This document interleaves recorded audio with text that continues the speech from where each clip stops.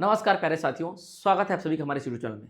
दोस्तों, previous videos को आपने बहुत सारा प्यार दिया, उसके लिए बहुत ज़्यादा धन्यवाद। और आपने सारे वीडियोस में खूब सारा कमेंट किया कि सर शिक्षक भर्ती के लिए वीडियोस वगैरह लाइए। तो आज से हम शुरू कर रहे हैं शिक्षक भर्ती के लिए वीडियोस वगैरह लाने, जिसमें आपको सारा चीज़ मिलने वाला है, चाहे वो इंग्लिश पेडागोजी हो, चाहे वो इंग्लिश ग्रामर हो, चाहे वो बाकी कोई भी सिलेबस का पोर्शन हो, पैसेज, पोएट्री, कुछ भी हो, फिगर ऑफ स्पीच, ऐसा कुछ भी हो, सारा कुछ आपको इसमें मिलने वाला है यूट्यूब पर बिना किसी सब्सक्रिप्शन चार्जेस की। तो आइए शुरू करते हैं। ये हमारा पहला पेडागोजी के ऊपर वीडियो है, जो कि फर्स्ट वीडियो है। इसी क्रम में हम 3-4 और सीरीज लाएंगे, खासकर पेडागोजी के ऊपर ही। तो आइए आगे बढ़ते हैं।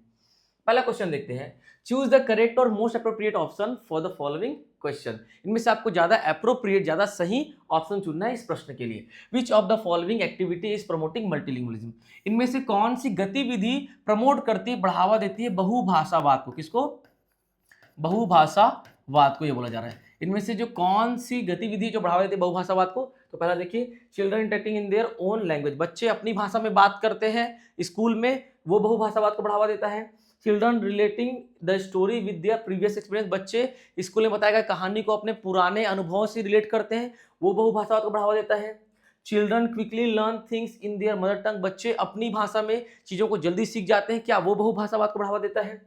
First language supports learning of second language. पहली भाषा दूसरी भाषा सीखने में मदद करती है, क्या वो बहुभाषावाद को बढ़ावा देता है। एक्चुअल में हमको बहुभाषावाद के बढ़ावे पे बात करना है ना, तो इसका आंसर क्या हो जाएगा? Option number A, children interacting in their own languages. बच्चे अलग अलग राज्य से आते हैं, अलग अलग क्षेत्र से आते हैं, और जब वो एक ही स्कूल एक ही क्लास में पढ़ते हैं और जब वो अपनी अपनी अलग अलग भाषा में बात करते हैं, तो सारे बच्चे उनकी भाषा को सुन के समझते हैं और सीखते हैं कि हाँ इसको ये बोला जाता है, उसको। जैसे आपने भी छत्तीसगढ़ी, हिंदी और इंग्लिश, इन 3 भाषाओं को अपने कक्षा में देखा होगा, और जो आपको नहीं आता होगा आप वो थोड़ा थोड़ा सीख गए होंगे। तो इससे क्या मिलता है? बहुभाषावाद को बढ़ावा मिलता है। तो क्या हो जाएगा? Option number A is the right answer. आगे बढ़ते हैं अपन, क्वेश्चन नंबर 2 पे आते हैं। According to national curriculum framework, ठीक है, एनसीएफ 2005, क्या? एनसीएफ 2005, ठीक है, एनसीएफ 2005 मतलब राष्ट्रीय पाठ्यचर्या का विषय, राष्ट्रीय पाठ्यचर्या का विषय, राष्ट्रीय पाठ्यचर्या का विषय, ठीक है, राष्ट्रीय पाठ्यचर्या का विषय 2005, जिसकी नींव किसने रखी है? तो एनसीईआरटी। किसने रखी है?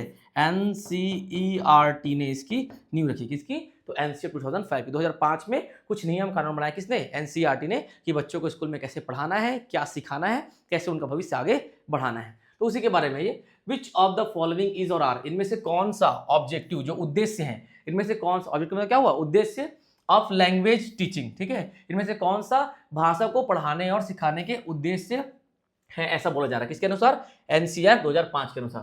पहला देखिए, पहला पॉइंट क्या बोल रहे हैं? The competence to understand what one hears, ठीक है, इस चीज का अर्थ समझना कि कोई व्यक्ति क्या सुन रहा है, कोई जो बच्चा है वो जिस चीज को सुने उसका अर्थ समझ पाए, क्या ये उद्देश्य है बच्चों को पढ़ाने का? इंग्लिश। आगे देखते हैं। Ability to read with comprehension, बच्चे को पढ़ते हुए समझना भी चाहिए, केवल रटना नहीं चाहिए। जब वो पढ़ रहा है पुस्तक तो केवल उसके मुंह से आवाज नहीं निकलनी चाहिए, बल्कि उसके दिमाग में भी उसका अर्थ आना चाहिए। आगे देखिए, एफर्टलेस एक्सप्रेशन, बच्चे को बिना मेहनत के क्या करना चाहिए? भाव प्रकट करना चाहिए। आगे देखिए, to know the history of language, बच्चे को भाषा का इतिहास जानना चाहिए।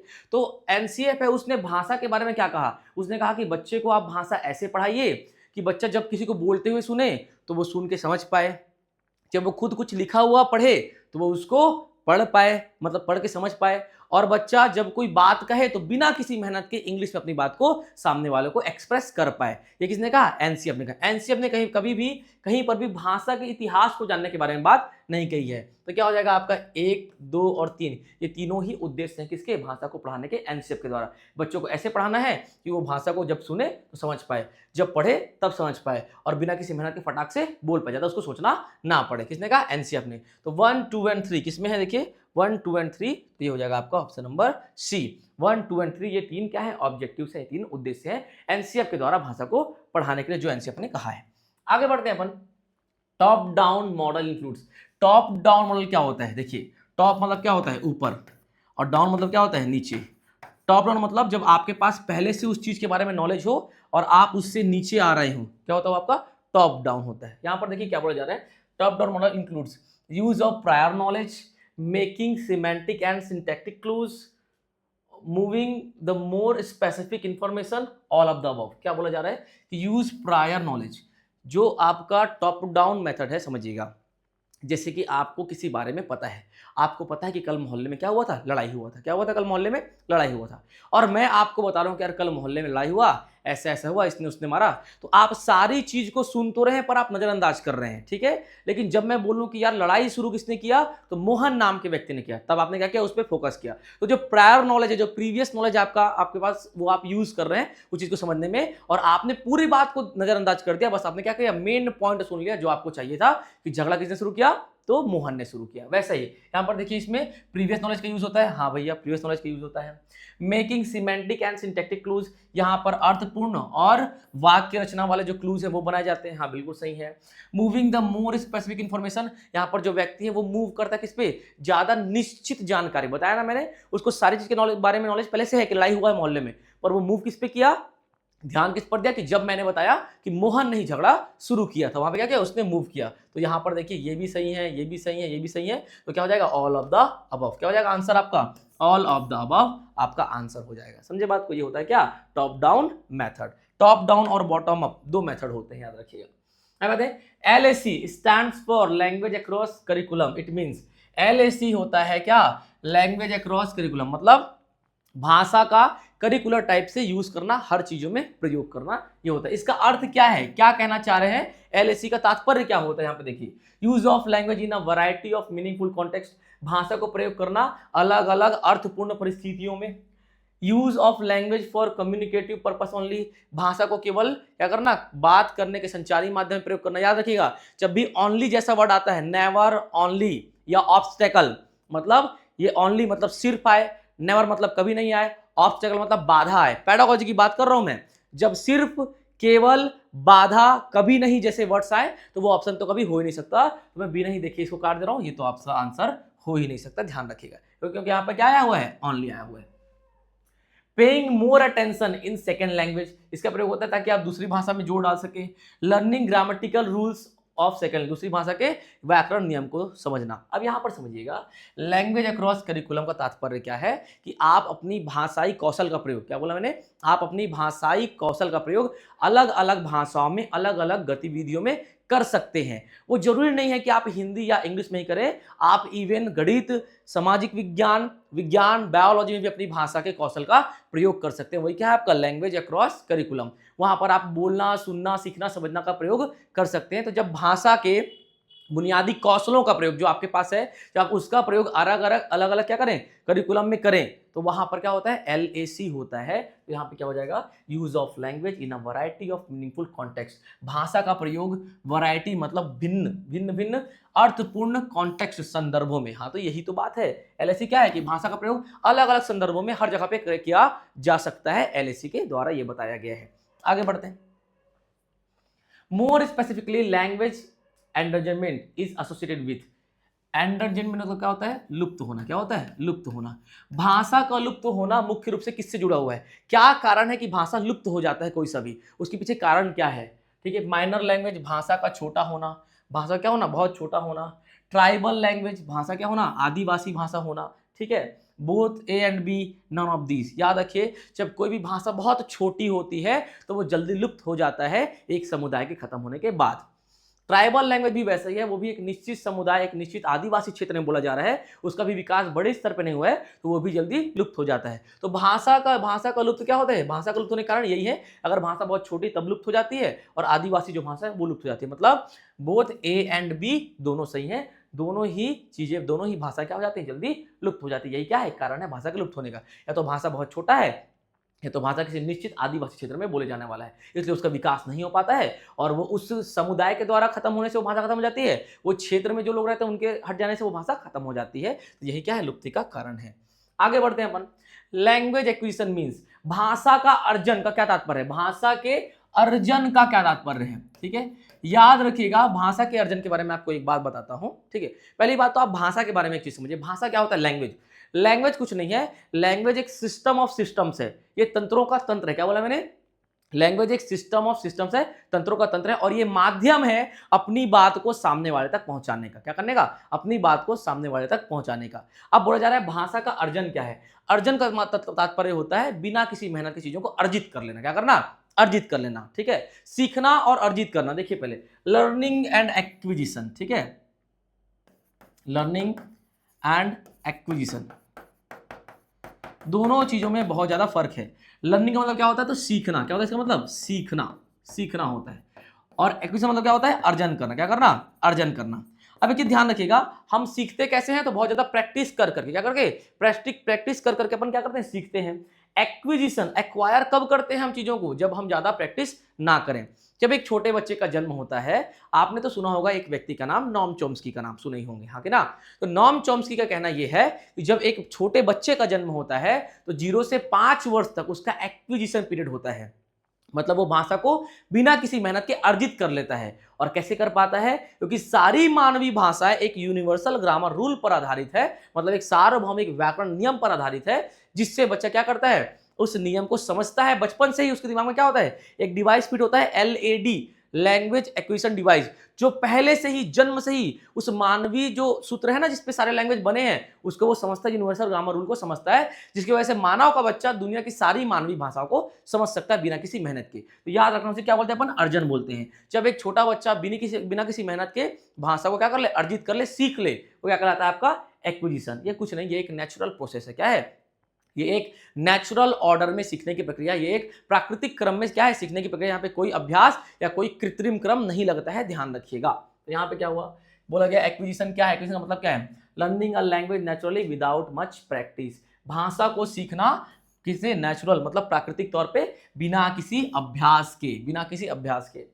सेकंड क्या है, learning a language with much practice, भाषा को बहुत ज्यादा प्रैक्टिस से सीखना, ये क्या है आपका, लर्निंग है। Learning a language in school, school में सीखना भी किस में आ जाएगा, लर्निंग में आ जाएगा कि स्कूल में आप सीख रहे हैं। Learning a language at home है, होम में भी सीखना क्या कहलाएगा आपका, आपका लर्निंग ही कहलाएगा, कि आप भाषा को फिर सीख रहे हैं ना। लेकिन आप कहीं पर भी भाषा को ऐसे ही सीख जाए, कैसे, प्राकृतिक तौर पे, बिना किसी मेहनत के, बिना किसी अभ्यास के, तो क्या कहलाता है वो आपका एक्विजिशन कहलाता है। क्या कहलाता है वो आपका, एक्विजिशन कहलाता है। आगे बढ़ते हैं अपन, ठीक है। अगला क्वेश्चन देखते हैं। अकॉर्डिंग टू NCERT 2005, वही नेशनल करिकुलम फ्रेमवर्क, राष्ट्रीय पाठ्यचर्या का विषय, क्या बोला मैंने, राष्ट्रीय पाठ्यचर्या का विषय, ठीक है। The position of English language in India, तो राष्ट्रीय पाठ्यचर्या का विषय NCERT 2005 के अनुसार भारत में अंग्रेजी की स्थिति कैसी है। क्या है अंग्रेजी की स्थिति, देखिए, ऑफिशियल लैंग्वेज है, ग्लोबल लैंग्वेज है, सेकेंड लैंग्वेज है, या फॉरेन लैंग्वेज है। याद रखिएगा, इंग्लिश क्या है आपका, सेकेंड लैंग्वेज है। यहां पर 3 बातें और ध्यान रखना, क्या करना है, 3 बातें और ध्यान रखना है। जब बोला गया NCERT के अनुसार the position of English language in India is second, तो NCERT के अनुसार अंग्रेजी भाषा का जो स्थान है वो भारत में दूसरा है, पहली बात। जब बोले अकॉर्डिंग टू इंडियन कॉन्स्टिट्यूशन, क्या बोला गया, according to Indian constitution English स्थिति क्या है, तो English is second official language, ठीक है, इंडियन कॉन्स्टिट्यूशन के अनुसार, ठीक है, इंडियन कॉन्स्टिट्यूशन के अनुसार इंग्लिश इज क्या है, इंग्लिश आपका सेकेंड ऑफिशियल लैंग्वेज, क्या है आपका, सेकेंड ऑफिशियल लैंग्वेज, क्या है आपका, सेकेंड ऑफिशियल लैंग्वेज, याद रखिएगा, ठीक है, सेकेंड ऑफिशियल लैंग्वेज है। इसका उल्लेख कहां पर मिलता है, तो आर्टिकल 343, आर्टिकल 3432 में इसका उल्लेख मिलता है। कहां मिलता है, आर्टिकल 3432 में मिलता है। ये याद रखिएगा, जब क्या बोले इंडियन कॉन्स्टिट्यूशन के अनुसार, तो क्या है, इंग्लिश सेकेंड ऑफिशियल लैंग्वेज है। NCERT के अनुसार भारत में इंग्लिश सेकेंड पोजीशन पर है। अब एक सवाल और आता है, मल्टीलिंगुअल कंट्री लाइक इंडिया, क्या बोला गया मैंने, मल्टीलिंगुअल कंट्री लाइक इंडिया, याद रखिएगा, जब भी क्वेश्चन में ये रहे multilingual country like India,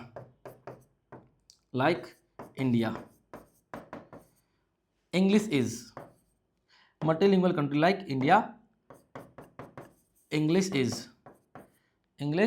is, याद रखिएगा, यहां पे क्या आ जाएगा, ग्लोबल लैंग्वेज। अभी मैं समझाता हूं आपको कैसे हुआ ये, ठीक है, language.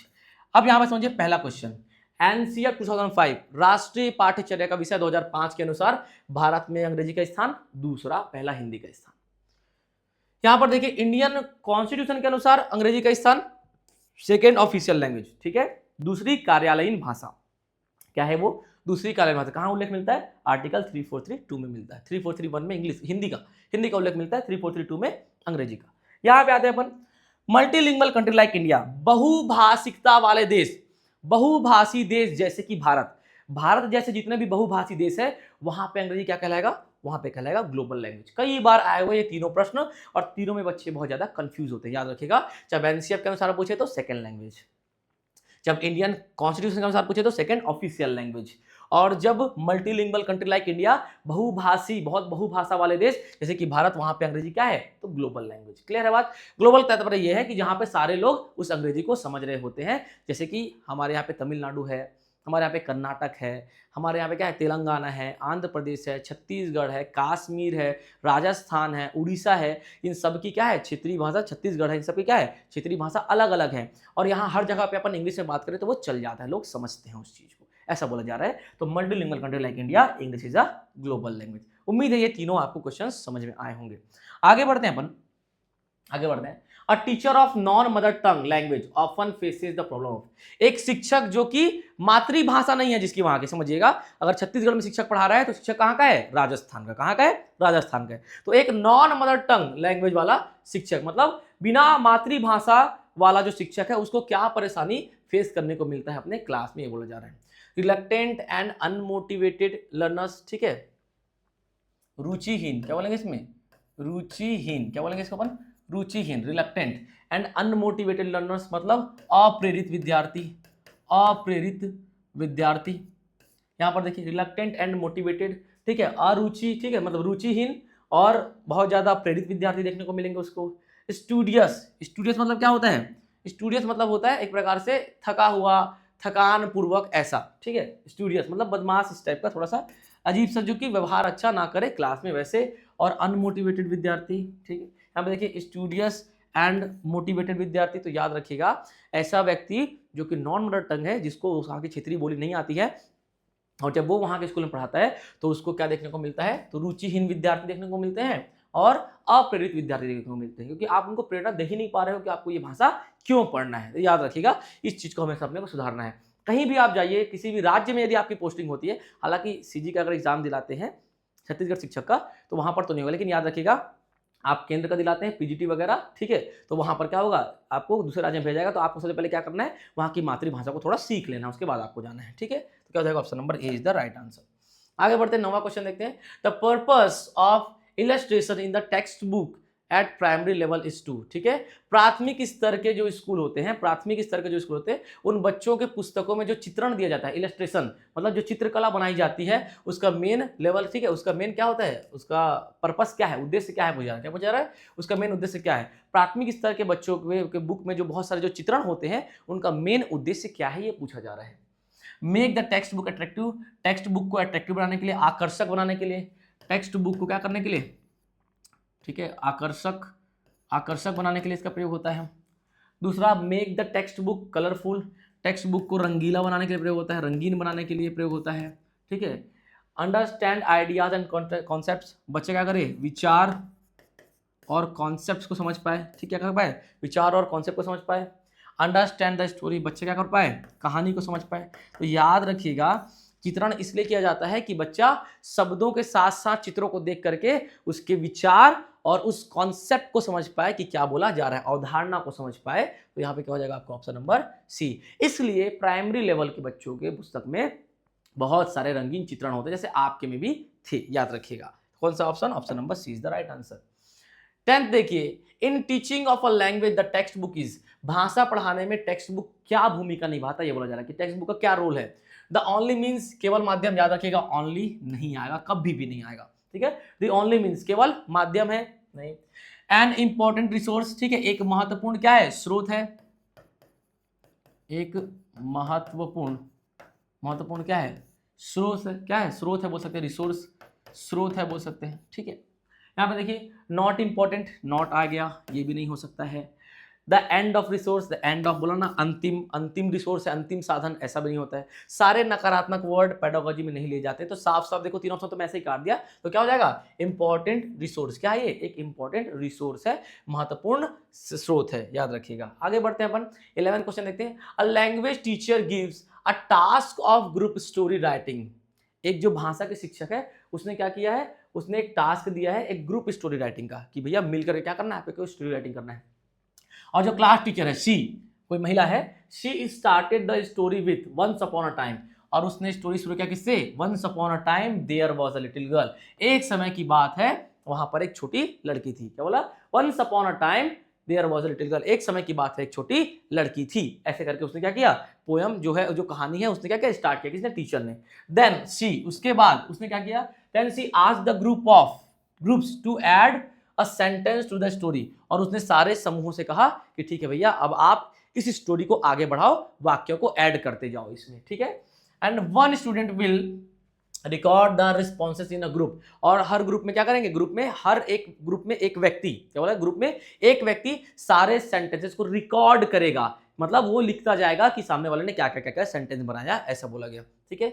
This activity is used to enhance, ये जो एक्टिविटी है, जो गतिविधि है, इसका प्रयोग करता है बढ़ावा देने के लिए। किस चीज को बढ़ावा देने के लिए इसका प्रयोग होता है, बताइए जरा। बोला गया BICS basic interpersonal communication skill, CALP cognitive academic language proficiency, PPP present practice produce, ELT English language teaching. सबसे पहली बात तो आप इन चारों को समझिए, पहले समझिए बेसिक इंटरपर्सनल कम्युनिकेशन स्किल क्या होता है। बुनियादी पारस्परिक संचारिक कौशल, हिंदी में अगर हम बोलो वर्ड टू वर्ड, तो बेसिक मतलब क्या हुआ? बुनियादी, इंटरपर्सनल पारस्परिक, कम्युनिकेशन संचारी, स्किल मतलब क्या हुआ? कौशल। तो ये क्या होता है BICS? कुछ नहीं, एक व्यक्ति के अंदर बात करने की कौशल। क्या बोला गया? एक व्यक्ति के अंदर बात करने की बुनियादी कौशल, जिसका प्रयोग वो अलग अलग मतलब व्यक्तियों के साथ डे टू डे लाइफ में करता है। क्या बोला गया? BICS कुछ नहीं, वो कौशल है जिसका प्रयोग एक व्यक्ति हर दिन डे टू डे लाइफ में अलग अलग लोगों के साथ प्रयोग करता है, आमने सामने की बातचीत में। किस चीज में? आमने सामने की बातचीत में। चाहे वो फुटबॉल ग्राउंड में खेलता हुआ बच्चा हो, वो प्रयोग कर रहा हो बातचीत करने का, चाहे वही व्यक्ति फोन में बात करते हुए प्रयोग कर रहा हो उसका, या वो किसी सामाजिक बैठक में बैठ करके बात कर रहा हो, वही क्या है? बुनियादी कौशल है। बात करने की बुनियादी कौशल जो एक व्यक्ति अपने दैनिक जीवन में करता है, फेस टू फेस, आमने सामने के बातचीत में, चाहे वो खेलते हुए करे, प्लेग्राउंड में करे, चाहे वो फोन पे बात करते हुए करे, चाहे वो एक समाज में सोशल ग्रुप में बैठ करके बात करे, क्या कहलाता है? वो बुनियादी बात करने की, पारस्परिक बात करने की कौशल कहलाते हैं। CAL पे आते हैं, ठीक है, कॉग्निटिव एकेडमिक लैंग्वेज प्रोफिशिएंसी। क्या बोला मैंने? तो कॉग्निटिव एकेडमिक लैंग्वेज प्रोफिशिएंसी, इसका क्या होता है? हिंदी, ठीक है, संज्ञानात्मक शैक्षणिक भाषा प्रवीणता। क्या बोलेंगे? संज्ञानात्मक शैक्षणिक भाषा प्रवीणता क्या होता है? याद रखिए, ये आपका कॉग्निटिव एकेडमिक लैंग्वेज प्रोफिशिएंसी है। ये भाषा का, ये भी क्या है? एक भाषाई कौशल है, जिसका विकास कहां पर होता है? तो एकेडमिक क्षेत्र में होता है, स्कूल वगैरह में होता है, जहां पर फोकस करते हैं, जैसे इंग्लिश मीडियम स्कूल में कि तुमको इंग्लिश में ही सारा काम करना है, वहां पे इसका प्रयोग करते हैं। इसमें क्या होता है ना, आप नॉर्मल जो डे टू डे लाइफ में जैसे जो BICS है उसका प्रयोग करते हैं, ये बिल्कुल उससे अलग होता है, बिल्कुल उससे विपरीत होता है। इसमें कठिन कठिन वोकैबुलरी होते हैं, इसमें बहुत सारे ऐसे वर्ड्स होते हैं जो आप दैनिक जीवन में प्रयोग नहीं करते। ये बिल्कुल एक अलग से डिजाइंड क्या होता है? तरीका होता है भाषा का, जो कि आप भी देखते होंगे। कई बार आपको इंग्लिश तो आता होगा, पर आप बैंकिंग के टर्म, आप बायोलॉजी के टर्म्स, डॉक्टरी टर्म्स वगैरह नहीं समझ पाते होंगे। वही क्या है? आपका कॉग्निटिव एकेडमिक लैंग्वेज प्रोफिशिएंसी। बच्चों क्या करना? उसको संज्ञानात्मक तौर पे एकेडमिक लैंग्वेज सिखाना कि देखो बेटा, ऐसे ऐसे ऐसे ऐसे वर्ड होता है, ध्यान रखिएगा। ये किस में आता है? आपका CALP में। अब आते हैं PPP प्रेजेंट प्रैक्टिस प्रोड्यूस, मतलब वर्तमान में अभ्यास करके क्या करना? प्रोड्यूस करना।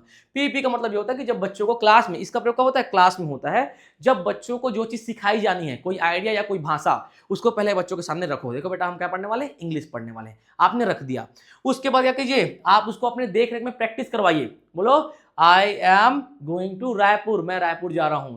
माई name is ABC, I live in dash dash dash city dash dash dash country, जो भी आपका है। ऐसे करके अपने देख रेख में पहले तो आपने भाषा प्रेजेंट किया कि हमको ये पढ़ना है, फिर आपने क्या किया? अपने देख रेख में अभ्यास करवाया, और बाद में उन्हें क्या कर दिया? फ्री छोड़ दिया। फ्री माहौल में क्या क्या करो? प्रोड्यूस करो, मतलब बातचीत अपने हिसाब से करते जाओ। ये क्या कहलाता है? आपका प्रेजेंट प्रैक्टिस प्रोड्यूस कहलाता है।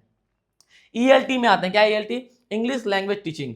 कुछ नहीं, ये इंग्लिश भाषा को पढ़ाने के बारे में है कि आपको इंग्लिश भाषा को कैसे क्रमबद्ध तरीके से पढ़ाना है, खासकर LSRW के बारे में। किसके बारे में? ये LSRW के बारे में है, मतलब listening, speaking, reading and writing. तो ये बेसिक बातें तो आपको समझ में आ गई होंगी। अब प्रश्न में आते हैं कि ये जो करना, बच्चों को पहले लाइन देना, फिर बच्चों को बोलना कि चलो बेटा आगे आगे लिखते जाओ लिखते जाओ लिखते जाओ, ये क्या कहलाता है? तो ये क्या कहलाता है? आपका CALP। क्या कहलाता है? CALP cognitive academic language proficiency. क्योंकि आप क्या कर रहे हैं? एक शैक्षणिक क्षेत्र में बच्चों को सिखा रहे हैं कि आपको स्टैंडर्ड वर्ड्स कैसे यूज करने, स्टैंडर्ड आपको सेंटेंस कैसे बनाना है याद रखिएगा। जिसमें बताया जा रहा है वो आपको बी में कैल्प आ जाएगा। क्या जाएगा इसमें? कैल्प, क्योंकि एक जो टीचर है वो बिल्कुल बता रहा है कि एकेडमिक तौर पे आपको कैसे कैसे चीजों को लिखना है। ठीक, आगे बढ़ते हैं अपन क्वेश्चन नंबर 12 में आते हैं। The activities and exercises included in the text book primarily aim at, जो एक्टिविटीज, जो गतिविधि और जो एक्सरसाइज इंक्लूड होते हैं किसमें? टेक्स्ट बुक में आपके, उसका प्राइमरली मुख्य तौर पे, प्राथमिक तौर पे एम क्या होता है, उनका लक्ष्य क्या होता है, यहाँ पे देखिएगा। इंगेजिंग स्टूडेंट्स आफ्टर स्कूल, बच्चों को स्कूल के बाद उसमें क्या करना? इंगेज करके रखना। नहीं भैया, स्कूल के बाद टीचर का कोई मतलब नहीं है, तो क्या करे बच्चा। Enhancing language skills and vocabulary, बच्चे में लैंग्वेज भाषा के कौशल को बढ़ावा देना और वोकेबलरी शब्दावली को बढ़ावा देना। Developing taste for text book reading, बच्चों में बुक पढ़ने की आदत को बढ़ावा देना, बढ़ाना। Only transacting textual materials in a language classroom, केवल क्या करना? एक टेक्सचुअल मटेरियल के तौर पे बच्चों को प्रोवाइड करने के लिए आपने क्या किया? एक्सरसाइज वगैरह दे दिया। ऐसा है क्या? सरकार ने एक्सरसाइज क्यों दिया है उसमें? पूरे हमारे जो भी पाठ्य पुस्तक निगम उसने क्यों दिया है? केवल ताकि बच्चों को टेक्स्ट बुक प्रोवाइड कर पाए, वो नहीं। तो एक्चुअल में उसका एम क्या होता है? उसका एम होता है बढ़ावा देना। किसको? भाषा के कौशल को और शब्दावली को। किसमें? बच्चे में साफ साफ दिख रहा है। कौन सा पार्ट? Part B. आगे बढ़ते हैं अपन। उम्मीद है समझ में आ रहा होगा आपको। Which one of the following is not, याद रखिएगा मैंने कैपिटल में नॉट लिख दिया है, ध्यान रखिएगा, पर वहां पे जरूर नहीं कि कैपिटल में स्मॉल में रहेगा। ठीक है, कभी भी आप क्वेश्चन में जैसे नॉट देखे तो अंडरलाइन कर लीजिएगा। ठीक है, not correct. About using a big book with large print and colourful illustration, तो इनमें से कौन सा सही नहीं है? एक बड़ी पुस्तक जिसमें बहुत सारा चित्रण और रंगीन चित्रकारी की गई हो, उसके बारे में इनमें से कौन सी बात सही नहीं है? ठीक है, it provides a creative and artistic learning environment which children respond to, ये बच्चों को क्या करता है? प्रोवाइड करता है एक क्रिएटिव, मतलब क्या करते हैं? निर्माण वाले शब्द संबंधित, क्या? Creative and artistic learning environment, ये बच्चों को एक क्रिएटिव और आर्टिस्टिक एनवायरनमेंट, वातावरण प्रदान करता है। It provides a child centred environment where abstract concepts are symbolised within the text and images, ये बच्चों क्या करता है? ये बच्चों पर आधारित क्या है? एक एनवायरनमेंट प्रदान करता है जहां पे बच्चे एब्स्ट्रैक्ट कॉन्सेप्ट, ठीक है, अमूर्त अवधारणाएं और सिंबलाइज, ठीक है, विद इन टेक्स्ट इमेज, जो कि उसमें बच्चों को अमूर्त अवधारणाएं टेक्स्ट के माध्यम से सिखाई जाती हैं, जो कि एक्चुअल में आप प्रेजेंट नहीं कर सकते उसके सामने, वो टेक्स्ट में आपको चित्रण करके दिखाया जाता है बच्चों को। It provides context for literacy practice and as well as linguistic acquisition, ये दिया जाता है बच्चों को लिटरेसी प्रैक्टिस के लिए, मतलब साहित्यिक अभ्यास के लिए, और साथ ही साथ लिंग्विस्टिक एक्विजिशन, भाषा के अर्जन के लिए तो नहीं होगा ये भी। It is better than the course book, ये बेहतर होता है किससे? कोर्स बुक से। एंड ग्रेडेड रीडर्स, और क्या करता है ये? ग्रेडेड मतलब सारणीबद्ध तरीके से बच्चों को प्रोवाइड किया जाता है कॉन्टेक्चुअल एक्सरसाइज। ऐसा भी कुछ नहीं तो कुछ नहीं, इसका प्रयोग क्यों होता है? It provides a child centred environment, ये बच्चों को लगता है कि हाँ ये हमको ही सिखाने के लिए, हम पर ही सेंटर्ड है, चीजें बच्चे देख करके समझ पाते हैं चीजों को, इसलिए क्या करते हैं? एक बड़ा बुक प्रोवाइड करते हैं जिसमें बहुत सारे चित्रण होते हैं, ठीक है, और जहां पर बच्चे अमूर्त अवधारणा को, अमूर्त का मतलब ये जो वास्तव में जो चीज प्रेजेंट नहीं है उस अवधारणा को भी बच्चे समझ पाते हैं। खासकर खुशी, दुख, खुशी और दुख जो कि एक्चुअल में प्रेजेंट नहीं है, उसमें चित्रण है एक बच्चे के रोते हुए, आंसू निकलते हुए, आंसू गिरते हुए चित्रण है उसमें, ठीक है, चित्र है, फोटो है, एक लड़के का हंसता हुआ फोटो है, वो क्या है? एब्स्ट्रैक्ट कॉन्सेप्ट तो आप सिखा रहे हैं, तो यहाँ पे क्या हो जाएगा आपका? Option number B is the right answer. आगे बढ़ते हैं अपन। Children come to school with the knowledge of one और more than one language, knowledge of more than one language helps children in, जब बच्चा किसी स्कूल में आता है और उसके पास जब एक से अधिक भाषा का ज्ञान होता है, तो वो एक से अधिक भाषा का ज्ञान किस चीज में मदद करता है बच्चे को, ये बताइएगा। Learning other languages and subjects with is new, ठीक है, तो बच्चों को वो मदद करता है, ठीक है, नए सब्जेक्ट को सीखने में। याद रखिएगा जो सारे सब्जेक्ट्स होते हैं उनमें 2 स्टैंडर्ड भाषा ही फॉलो हो रहे हैं, स्टैंडर्ड लैंग्वेज ही फॉलो हो रहे होते हैं, तो ये तो नहीं हो सकता। Understanding cross culture and customs of the nation, being sensitive and not mingling with other students, learning the script of those languages to score high, यहां पर देखिएगा being sensitive, संवेदनशील बनने के लिए वो मदद करते हैं, वो जो भाषा है वो बच्चे को संवेदनशील और आमिलनसार बनने से रोकने के लिए होते हैं, मदद करते हैं। लर्निंग द स्क्रिप्ट, बच्चे को क्या करते हैं स्क्रिप्ट सिखाने के लिए, और जो कि लैंग्वेज बच्चा पढ़ने, जो लैंग्वेज में क्या बच्चा ज़्यादातर स्कोर कर पाए हाई, वो सिखाने के लिए होते हैं। तो एक्चुअल में जो बच्चा एक से अधिक भाषा का ज्ञान रखता है वो बहुत अच्छे से देश के कल्चर को और कस्टम्स को समझ पाता है, संस्कृति और कल्चर को वो समझ पाता है। तो क्या हो जाएगा, understanding cross culture and customs of the nation, वो नेशन के देश के रीति रिवाज और परंपराओं को समझ पाता है जब बच्चा ज़्यादा नॉलेज, ज़्यादा भाषाओं को जान रहा होता है। क्यों? क्योंकि हर भाषा में क्रॉस कल्चर होता है, मतलब अलग अलग प्रकार के क्या होते हैं, कल्चर, संस्कृति पाए जाते हैं। और जब आप उसको समझ ही नहीं रहे हैं तो आप कैसे समझ में आएगा कि अब क्या करना है, ये कैसी संस्कृति है, इसमें क्या, ये सवाल उठेंगे। जैसे खासकर नॉर्थ इंडिया के जो लोग होते हैं वो साउथ इंडियन भाषा, तमिलनाडु की भाषा, ठीक है, नहीं समझ पाते हैं तमिल लैंग्वेज को, और उनको लगता है कि ये चीज़ें क्या हो रही है, ये लोग क्या कर रहे हैं, कैसे कर रहे हैं। लेकिन जब आप भाषा समझेंगे तो ज़्यादा अच्छे से आप उनके कल्चर को समझ पाएंगे, ये वाली बात है। तो यहाँ पे क्या होगा, ये मदद करता है बच्चों को देश के कस्टम्स और क्रॉस कल्चर को समझने में, ठीक है, बहुभाषा। Indian classrooms are multilingual classrooms, भारतीय कक्षाएं कैसी हैं, बहुभाषी वाली कक्षाएं हैं। कीपिंग द मल्टीलिंगुअल कॉन्टेक्स्ट, जो क्या करते हैं, मल्टीलिंगुअल बहुभाषा का संदर्भ रखते हैं। Which one of the following is the most appropriate about multilingual classroom eight primary, इनमें से कौन सा बिल्कुल अप्रोप्रिएट सही है बहुभाषा वाले क्लासरूम के बारे में, ठीक है, बहुभाषा वाले कक्षा के बारे में इनमें से कौन सी बात सही है। The teachers should focus on school language ignoring the language of learners, बच्चे को, जो शिक्षक है उसको फोकस करना चाहिए स्कूल की भाषा में, जैसे इंग्लिश मीडियम तो इंग्लिश में फोकस करना चाहिए, हिंदी मीडियम तो हिंदी में फोकस करना चाहिए, बच्चे के भाषा को क्या करना चाहिए, इग्नोर करना चाहिए। इससे मल्टीलिंगुअल कक्षा बनेगा नहीं भैया, याद रखिएगा। यहाँ बातें हैं, द होम लैंग्वेज या फिर मदर टंग, क्या होता है home language, mother tongue, should be spoken at home and not in the school, शिक्षक द्वारा बोला जाए कि जो मातृभाषा है उसको घर में बोलो, स्कूल में मत बोलो। इससे क्या बहुभाषावादी वाला कक्षा बन पाएगा, नहीं। ज़्यादा से ज़्यादा भाषा बोलोगे तो वो बहुभाषीता वाला कक्षा बन पाएगा। यह बात है पार्ट सी में, India should have monolingual schools and the learners should be admitted as per the preference of their language, Bharat में एक भाषा वाले स्कूल होने चाहिए। क्या बोले, भारत में एक भाषा वाले स्कूल होने चाहिए जिसमें बच्चा अपनी भाषा देख करके एडमिशन लेगा, तभी बहुभाषावाद वाली कक्षाओं का प्रमोशन होगा, नहीं होगा। The teachers should encourage learners to communicate and express themselves in their own language. एक शिक्षक जब बच्चों क्या करेगा, प्रेरित करेगा अब बात करने के लिए, किसमें, आपस में, अपनी मातृभाषा में, उससे क्या होगा, बच्चों में बहुभाषावाद का क्या होगा, प्रमोशन होगा। और रिस्पेक्ट देयर व्यूज, जब टीचर उनके व्यूज को, उनके दृष्टिकोण को समझेगा तब। तो एक्चुअल में क्या होगा, आंसर इज डी, ध्यान रखिएगा। आगे बढ़ते हैं अपन, क्वेश्चन नंबर 16 में आते हैं। Development of the mother tongue in a child is generally assumed as, ठीक है, मदर टंग, मातृभाषा का विकास बच्चे में होता है, इसके बारे में बताना है आपने, ठीक है। Development of the mother tongue in a child is generally assumed as, माना जाता है बच्चे में मातृभाषा का विकास कैसे होता है, ये माना जाता है। Language acquisition, language learning, language assimilation, abstract language development.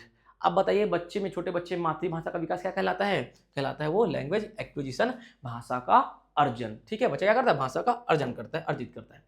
Multilingualism is, बहुभाषावाद क्या है, बहुभाषावाद है, क्या है, देखिए बहुभाषावाद, learning as many language as possible, जितनी भाषा संभव हो पाए उतनी भाषा को पढ़ लेना बहुभाषावाद है, नहीं। Learning the mother tongue home language only, देखिए ओनली आया तो हो गई नहीं, केवल मातृभाषा को पढ़ लेना बहुभाषावाद है। Starting with mother tongue home language and move on to add more language in school, मातृभाषा से शुरू करना, जो आपकी घरेलू भाषा शुरू करना, और बहुत सारी भाषाओं को क्रमबद्ध तरीके से सीखते जाना, इससे बहुभाषावाद प्रमोट होगा।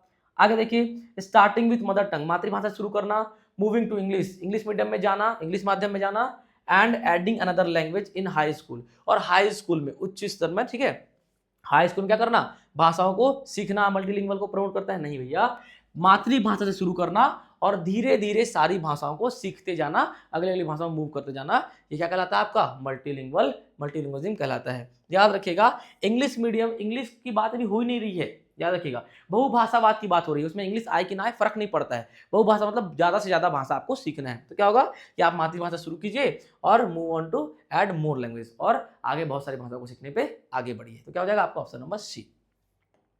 आगे बढ़ते हैं 18, हिंदी इज इंडियाज, ठीक है, हिंदी इंडिया का क्या है, देखिए, national language, official language, associate official language, classical language. याद रखिएगा, भाषा जो है इंग्लिश जो है वो भारत का एक्चुअल में ऑफिशियल लैंग्वेज है, कार्यालयीन भाषा है। क्या है?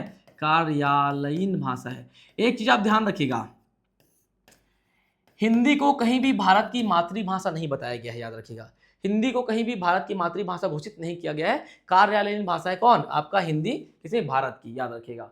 और जो इंग्लिश है वो सेकंड ऑफिशियल लैंग्वेज है। बहुत पहले जब अंग्रेज भारत छोड़ के गए थे, ठीक है, 1947 के आसपास, तो 1950 में संविधान जब बना था तो वहां पे बोले थे कि भैया 1965 तक भारत की कार्यालयीन भाषा कौन रहेगी? इंग्लिश रहेगी। कौन रहेगी? इंग्लिश रहेगी। 15 साल का नियम था। क्या था? 15 साल का नियम था। बोला गया 1950 के संविधान जब निर्माण हुआ, उसमें बोला गया कि भारत में आगे 15 वर्ष तक इंग्लिश ही चलेगा, इंग्लिश में ही सारी चीज चलेंगी, जो भी कोर्ट चल रही है, जो भी जुडिशरी वगैरह चल रहा है, सब कुछ चलेगा, रेलवे वगैरह इंग्लिश में चलेगा। क्यों? क्योंकि एकाएक हिंदी में परिवर्तित कर पाना बहुत ज्यादा बाधक हो जाता, खतरे वाला बात हो जाता। तब तक हम क्या करेंगे? 15 वर्ष में हिंदी को धीरे धीरे क्या करेंगे? डेवलप करेंगे। क्या करेंगे? डेवलप करेंगे। और जैसे ही 13 वर्ष कंप्लीट हुए, 63 में जैसे अपन पहुंचे, हमने हिंदी को क्या कर लिया? डेवलप कर लिया। और हमने हिंदी को ऑफिशियल लैंग्वेज बनाया और इंग्लिश को एसोसिएटेड लैंग्वेज बनाया। मतलब जहां पर हिंदी में काम नहीं हो पाएगा वहां पे हम इंग्लिश का नो डाउट उपयोग कर लेंगे।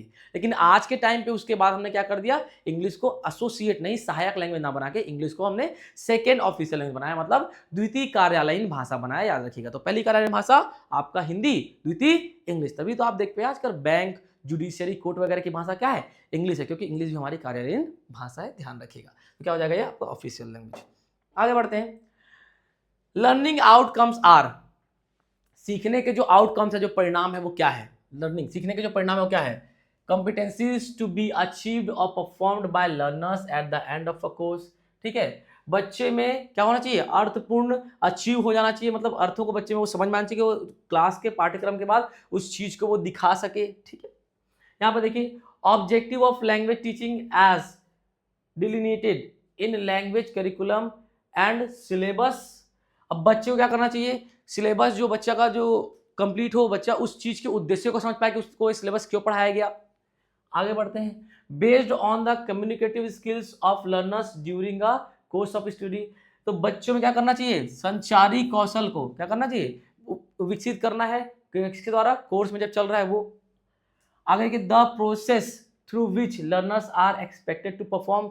वो प्रोसेस, वो प्रक्रिया बच्चों में डेवलप करना कि जिससे आप क्या कर सके? बच्चों से उम्मीद कर सके कि वो परफॉर्म करेगा। एक्चुअल में सीखने का आउटकम क्या है? सिखाने का परिणाम क्या मिलना चाहिए? सिखाने का परिणाम मिलना चाहिए बच्चे क्या कर सके? कॉम्पिटेंसीज टू बी अचीव्ड और performed by learners at the end of a course, कि बच्चा कोर्स के अंत में चीजों को क्या करे? अर्थ को समझ पाए जो चीजें उसके आसपास हो रही है, और वो क्या कर पाए? परफॉर्म कर पाए हर चीज में, कि भैया मैंने ये पढ़ा है, मुझे ये आता है। मतलब कहीं भी किसी भी वाद विवाद में किसी भी चीज में बच्चा भाग ले पाए। तो यही आपके सिखाने का आउटकम होना चाहिए कि बच्चा क्या कर पाए? बाद में अर्थों को समझ पाए और अपनी भावनाओं को एक्सप्रेस कर पाए उस चीज में। आगे बढ़ते हैं, अपन क्वेश्चन नंबर 20 में आते हैं। अ चाइल्ड लर्न्स हिज और हर फर्स्ट लैंग्वेज इन अ। एक बच्चा अपनी मातृभाषा को, फर्स्ट लैंग्वेज, पहली भाषा को सीखता है फ्रेंडली सेटिंग में। ठीक है, मतलब दोस्ताना माहौल में, ट्यूटर्ड सेटिंग में, सिखाए जाने वाले माहौल में, फॉर्मल सेटिंग में, औपचारिक माहौल में, नेचुरल सेटिंग में, मतलब प्राकृतिक माहौल में। तो एक बच्चा अपनी भाषा सीखता है कहाँ पर? नेचुरल सेटिंग में। बताया था ना, when language is learned naturally that is called acquisition. और पहली भाषा को सीखना तो एक्विजिशन ही कहलाता है ना, अर्जन ही कहलाता है। तो क्या हो जाएगा? नेचुरल सेटिंग में। आगे बढ़ते अपन क्वेश्चन नंबर 21 में आते हैं। It is composed of inter related and rule ground symbol system. It is composed, ये बनाया गया है, इंटर रिलेटेड, आपस में संबंधित, एंड रूल गवर्न, मतलब नियमों से, नियमों के द्वारा चलित, रूल गवर्न सिंबल सिस्टम। क्या है ये? सिंबल सिस्टम है। सिंबल तो समझते होंगे ना आप लोग। It is also a social and uniquely human means. और ये एक्चुअल में क्या है? ये सोशल मतलब सामाजिक, और यूनिकली बहुत अलग ही क्या है? मनुष्यों का माध्यम है। क्या करने का? Of representing. ठीक है, कोई चीज को प्रेजेंट करने का, एक्सप्लोरिंग, किसी चीज को जानने का, एंड कम्युनिकेटिंग, संचार करने का। Meaning what is it? ऐसा क्या चीज है भैया जो कि क्या है? बहुत ज्यादा क्या बनाया गया है, जो कि आपस में क्या इंटरलेटेड है, रूल गवर्नड है, और क्या होता है? ये माध्यम है मनुष्यों के द्वारा सोशल तौर पे इंटरेक्ट करने का, चीजों को समझने का। ऐसा क्या चीज है? तो एक्चुअल में वो लैंग्वेज है जिससे मनुष्य ये सब चीजें कर पाता है। क्या है वो? आपके लैंग्वेज जिससे क्या कर पाता है? मनुष्य इन सब चीजों को कर पाता है। ये ध्यान दीजिएगा। आगे बढ़ते हैं अपन, ठीक है, आगे बढ़ते हैं। इसमें आता है 22, क्वेश्चन नंबर 22 में आता है choose the correct sequence of language acquisition stage. एक छोटे बच्चे के जन्म के बाद उसके भाषा के अर्जन का स्टेज आपको बताना, क्या करना है, उस भाषा के अर्जन का स्टेज आपको बताना है। यहाँ पर देखिए babbling, cooing, the one word stage, telegraphic speech. अब कुछ मत कीजिए, आप बस समझिए, मैं आपको समझाता हूँ। जब एक बच्चे का जन्म होता है तो 0 से 6 माह तक, क्या बोला मैंने, 0 से 6 माह तक उसका प्री लिंग्विस्टिक पीरियड होता है। क्या होता है, 0 से 6 माह तक प्री लिंग्विस्टिक पीरियड, मतलब भाषा से पहले का टाइम है, जिसको अपन क्या बोलते हैं, कूइंग भी बोलते हैं। क्या बोलते हैं, कूइंग भी बोलते हैं, कूकना समझते हैं ना, कूइंग भी बोलते हैं। कब से, 0 से 6 माह तक, ठीक है। 6 से 9 माह तक जब बच्चा बड़ा होता है, तो जब 6 से 9 माह हो जाता है तो बैबलिंग पीरियड होता है, बलबलाना। बच्चा क्या करता है, बलबलाता है, बैबलिंग पीरियड, ठीक है। बलबलाता है और क्या करता है, जेस्चर करता है, इशारे करता है, ठीक है। बच्चा बलबलाता है और क्या करता है, जेस्चर करता है। फिर आता है 9 से 18 महीने में, किसमें आता है अपन, 9 से 18 महीने में ये होता है होलोफ्रास्टिक पीरियड। क्या होता है, होलोफ्रास्टिक पीरियड, या फिर वन वर्ड पीरियड। क्या होता है, वन वर्ड, जब बच्चा सिंगल वर्ड बोलता है, क्या करता है, बच्चा एक सिंगल वर्ड बोलता है। उसके बाद आता है आपका 18 से 6 महीना, आप जोड़ लीजिए 24 मंथ तक, ये होता है टू वर्ड स्टेज, जहां पे बच्चा 2 पूर्ण अर्थ बोल पाता है, जो दो शब्द बोल सकता है पूर्ण अर्थ वाले, ठीक है, 2 पूर्ण अर्थ वाले शब्द बोलता है।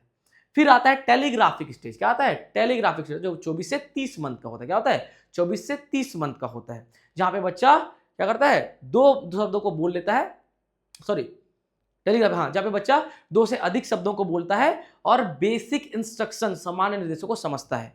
मतलब सबसे शुरू किससे हो रहा है, क्यूइंग से, प्री लिंग्विस्टिक पीरियड 0 से 6 मंथ तक, ठीक है।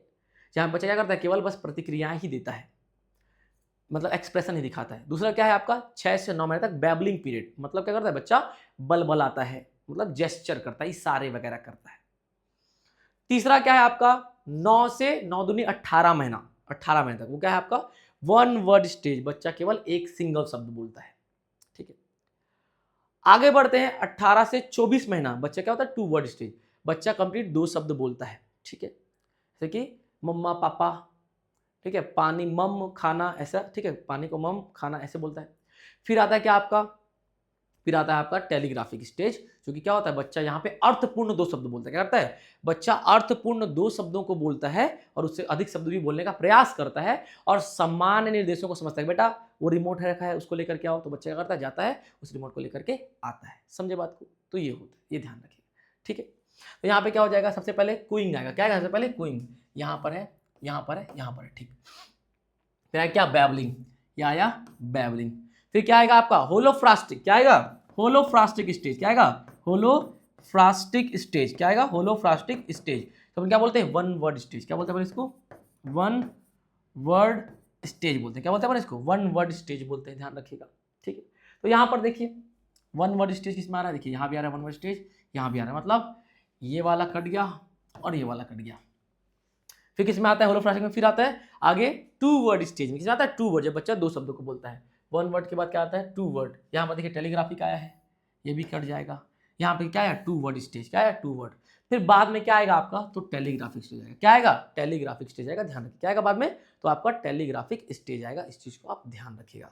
तो क्या हो जाएगा आपका, option number D is the right answer. क्या हो जाएगा बताइए, option number D is the right answer. Option number D आपका सही जवाब हो जाएगा, ध्यान रखिएगा। क्या हो जाएगा, option number D is the right answer, ये हो जाएगा आपका सही जवाब। आगे बढ़े, आगे बढ़ते हैं अपन, ठीक है। क्वेश्चन नंबर 23 पे आते हैं, किस पाते हैं अपन, क्वेश्चन नंबर 23 पे आते हैं। Choose the correct statement from the following. निम्न में से आपको क्या करना है, करेक्ट स्टेटमेंट चूज करना है कि क्या इसमें से करेक्ट स्टेटमेंट है। अब देखिए, first language is acquired through training. पहली भाषा को अभ्यास से सीखते हैं, कोई अभ्यास नहीं लगता पहली भाषा में। हमने पहली भाषा ऐसे ही सीख लिया, हमने अपशब्द बोलने ऐसे ही सीख लिए बचपन में अड़ोस पड़ोस का सुन करके, तो कोई ट्रेनिंग नहीं लगता, ठीक है, पहली भाषा को सीखने में। First language acquired in school, पहली भाषा को स्कूल में सीखा जाता है। नहीं, हम स्कूल जाने से पहले भी क्या कर रहे होते हैं, लड़ाई झगड़ा कर रहे होते हैं, उस भाषा को बोल रहे होते हैं घर पर ही। First language acquisition is a natural process, जी बिल्कुल, पहली भाषा को सीखना क्या है, एक प्राकृतिक प्रक्रिया है। First language is acquired through conscious effort of the child, मतलब कॉन्शियस मतलब ध्यान पूर्वक समझना, याद रखना, पहली भाषा को सीखना एक अनकॉन्शियस प्रोसेस है। क्या है, अनकॉन्शियस, आपको ध्यान नहीं होता कि आप कब सीख रहे हैं, आपको नहीं पता कि आपने गाली बकना कब सीख लिया, वो क्या है, एक अनकॉन्शियस प्रोसेस है। तो यहाँ पर ये नहीं आएगा, तो ये भी नहीं हो सकता है, ध्यान दीजिएगा। ये भी नहीं होगा, ये भी नहीं होगा, तो कौन सा होगा, तो ये वाला होगा, याद रखिएगा। ठीक है, आगे बढ़ते हैं अपन, यहाँ पे आते हैं। The idea that language determines the way we think about the way we think and perceive the world relates to. अब देखिए, the idea that language determines, वो विचार जो निर्धारण करता है, द वे ऑफ थिंक, क्या करता है, जो वे ऑफ थिंक, वो सोचने के तरीकों को, और परसीव द वर्ल्ड रिलेट्स, और वो दुनिया के समझने को क्या करता है, समझिएगा। तो क्या बोला गया, the idea that language determines, वह विचार जो क्या करता है, आपके भाषा का निर्धारण करता है, जिसके माध्यम से क्या करते हैं, दुनिया को समझते हैं। क्या बोला गया, वह आइडिया, वह विचार जो क्या करता है, आपके दुनिया को समझने का अपने भाषाओं की प्रवृत्ति से निर्धारण करता है, वो क्या कहलाता है, ऐसा कहा जा रहा है। मतलब ये जो है, ये कथन किसने दिया है, ऐसा कुछ बोला जा रहा है। ठीक है भैया, आपकी भाषा ही आपके समझने के और दुनिया के आपके नजरिए का निर्धारण करती है, ये किसने कहा है। ठीक है, ये विचार किसने दिया है, एक आइडिया, ये विचार जो कहता है कि जो आपकी लैंग्वेज है, लैंग्वेज वही आपके दुनिया को समझने को और आपके नजरिए का निर्धारण करती है, ये किसने कहा है। The Sapir Whorf hypothesis, linguistic relativity, language socialisation और लैंग्वेज एक्विजिशन। एक्चुअल में ये क्या है आपका, सैपिर-हॉर्प hypothesis.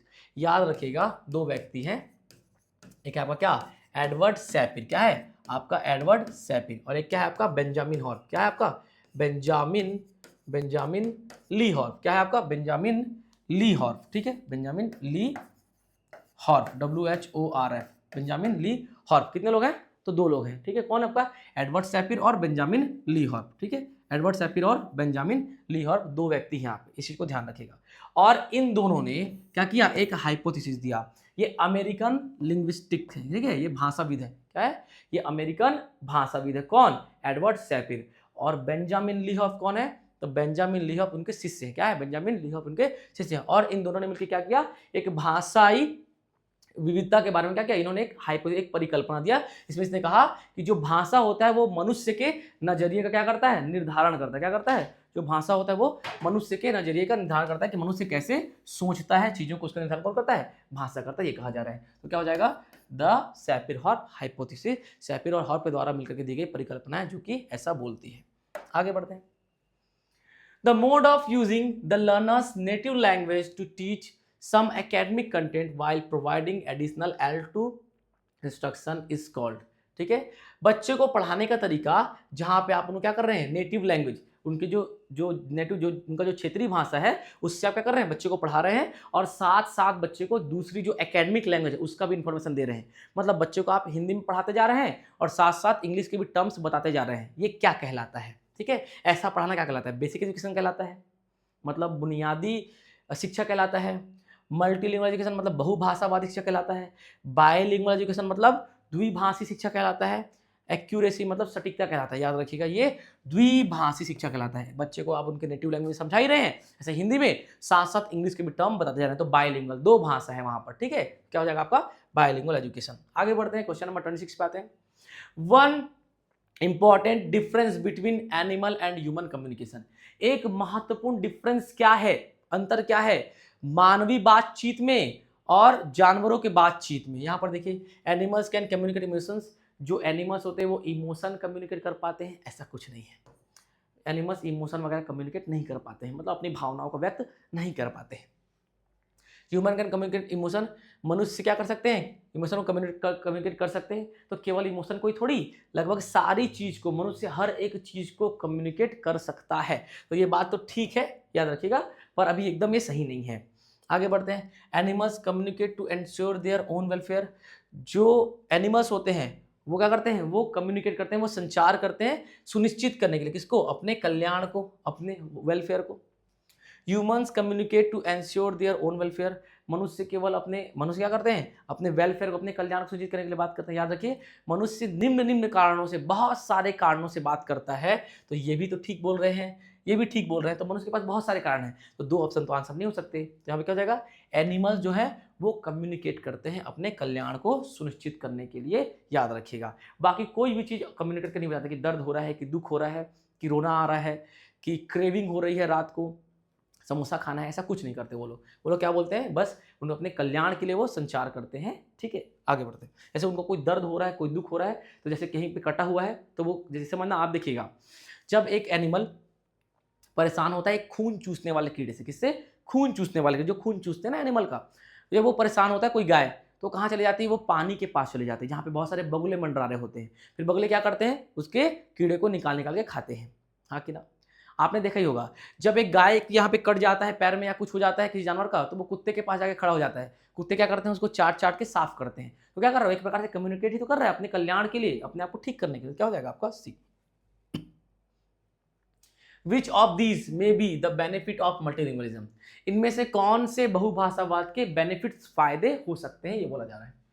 Increase vocabulary and efficiency speech, ठीक है, बच्चे में क्या होता है, शब्दावली का विकास होता है, और क्या होता है, इफेक्टिव स्पीच, मतलब प्रभावपूर्ण स्पीच, बच्चा भाषण दे पाता है। ये बात तो ठीक है, ये मुझे अच्छा लगा, सही लगा। Tolerance and respect towards other cultures, ठीक है, बच्चे क्या करता है, दूसरे जो कल्चर्स हैं, ठीक है, उनके प्रति सहिष्णु रहता है, क्या रहता है, सहिष्णु रहता है, और उसके प्रति क्या करता है, आदर रखता है, ठीक है, बात सही है। जब बच्चा बहुभाषावाद को जानेगा तो सामने वाले के कल्चर को भी समझ पाएगा और उसके प्रति सहिष्णु होगा और उसके प्रति क्या करेगा, आदर रखेगा। रिस्ट्रिक्टेड एम्प्लॉयमेंट अपॉर्चुनिटीज, जब बच्चा बहुभाषावाद सीखेगा तो अब एम्प्लॉयमेंट अपॉर्चुनिटी क्या हो जाएंगी, रुक जाएंगे, रिस्ट्रिक्टेड नहीं भैया, और ज़्यादा बढ़ जाएंगी, तो ये नहीं हो सकता फायदा, ये तो घाटा हो गया, ठीक है। मेटा लिंग्विस्टिक अवेयरनेस, मतलब बच्चा क्या कर पाएगा, चीज़ों को बहुत अच्छे से समझ पाएगा, उसकी संरचना को, भाषा की संरचना को समझ पाएगा, उसमें बदलाव करने की क्षमता विकसित कर पाएगा। हाँ बिल्कुल बात सही है, ठीक है। तो यहाँ पे क्या हो जाएगा आपका, पहला, दूसरा और चौथा राइट हो जाएगा। क्या हो जाएगा, पहला, दूसरा और चौथा, तो option number D is the right answer. आगे बढ़ते हैं अपन, यहाँ पे आते हैं। अच्छा, यहाँ पे देखिए लिखा हुआ है मेटा लिंग्विस्टिक क्या होता है, क्या लिखा हुआ है यहाँ पे, मेटा लिंग्विस्टिक के बारे में लिखा हुआ है कि मेटा लिंग्विस्टिक क्या होता है। Meta linguistic awareness is the ability to think about language, ठीक है। मेटा लिंग्विस्टिक अवेयरनेस, जागरूकता, एक ऐसी एबिलिटी है, एक ऐसी योग्यता है कि आप सोच पाए किसके बारे में, भाषा के बारे में, एंड इट स्ट्रक्चर, और उसके संरचना के बारे में, ठीक है। rather than just its meaning, केवल उसके मीनिंग को छोड़ करके। देखिए मेटा लिंग्विस्टिक ऐसा कहता है, अवेयरनेस ये है कि ये उस योग्यता को बताता है कि एक जो व्यक्ति है वो सोच पाए किसके बारे में, लैंग्वेज के बारे में और उसके संरचना के बारे में, ना कि केवल उसके अर्थ के बारे में। अर्थ के बारे में तो हम सब समझते हैं ना, अर्थ समझ जाते हैं, लेकिन उसके बारे में हम नहीं सोचते हैं। It involves being able to analyse and manipulate language, और ये क्या करता है, इट इन्वॉल्व्स में शामिल है, क्या हो पाना, सक्षम हो पाना, क्या करना, एनालाइज करने में, विश्लेषण करने में, किसको, भाषा को, और मैनिपुलेट लैंग्वेज, उस भाषा में बदलाव करने में सक्षम बना पाना इसका उद्देश्य है। इसको क्या बोलते हैं अपन, मेटा लिंग्विस्टिक बोलते हैं।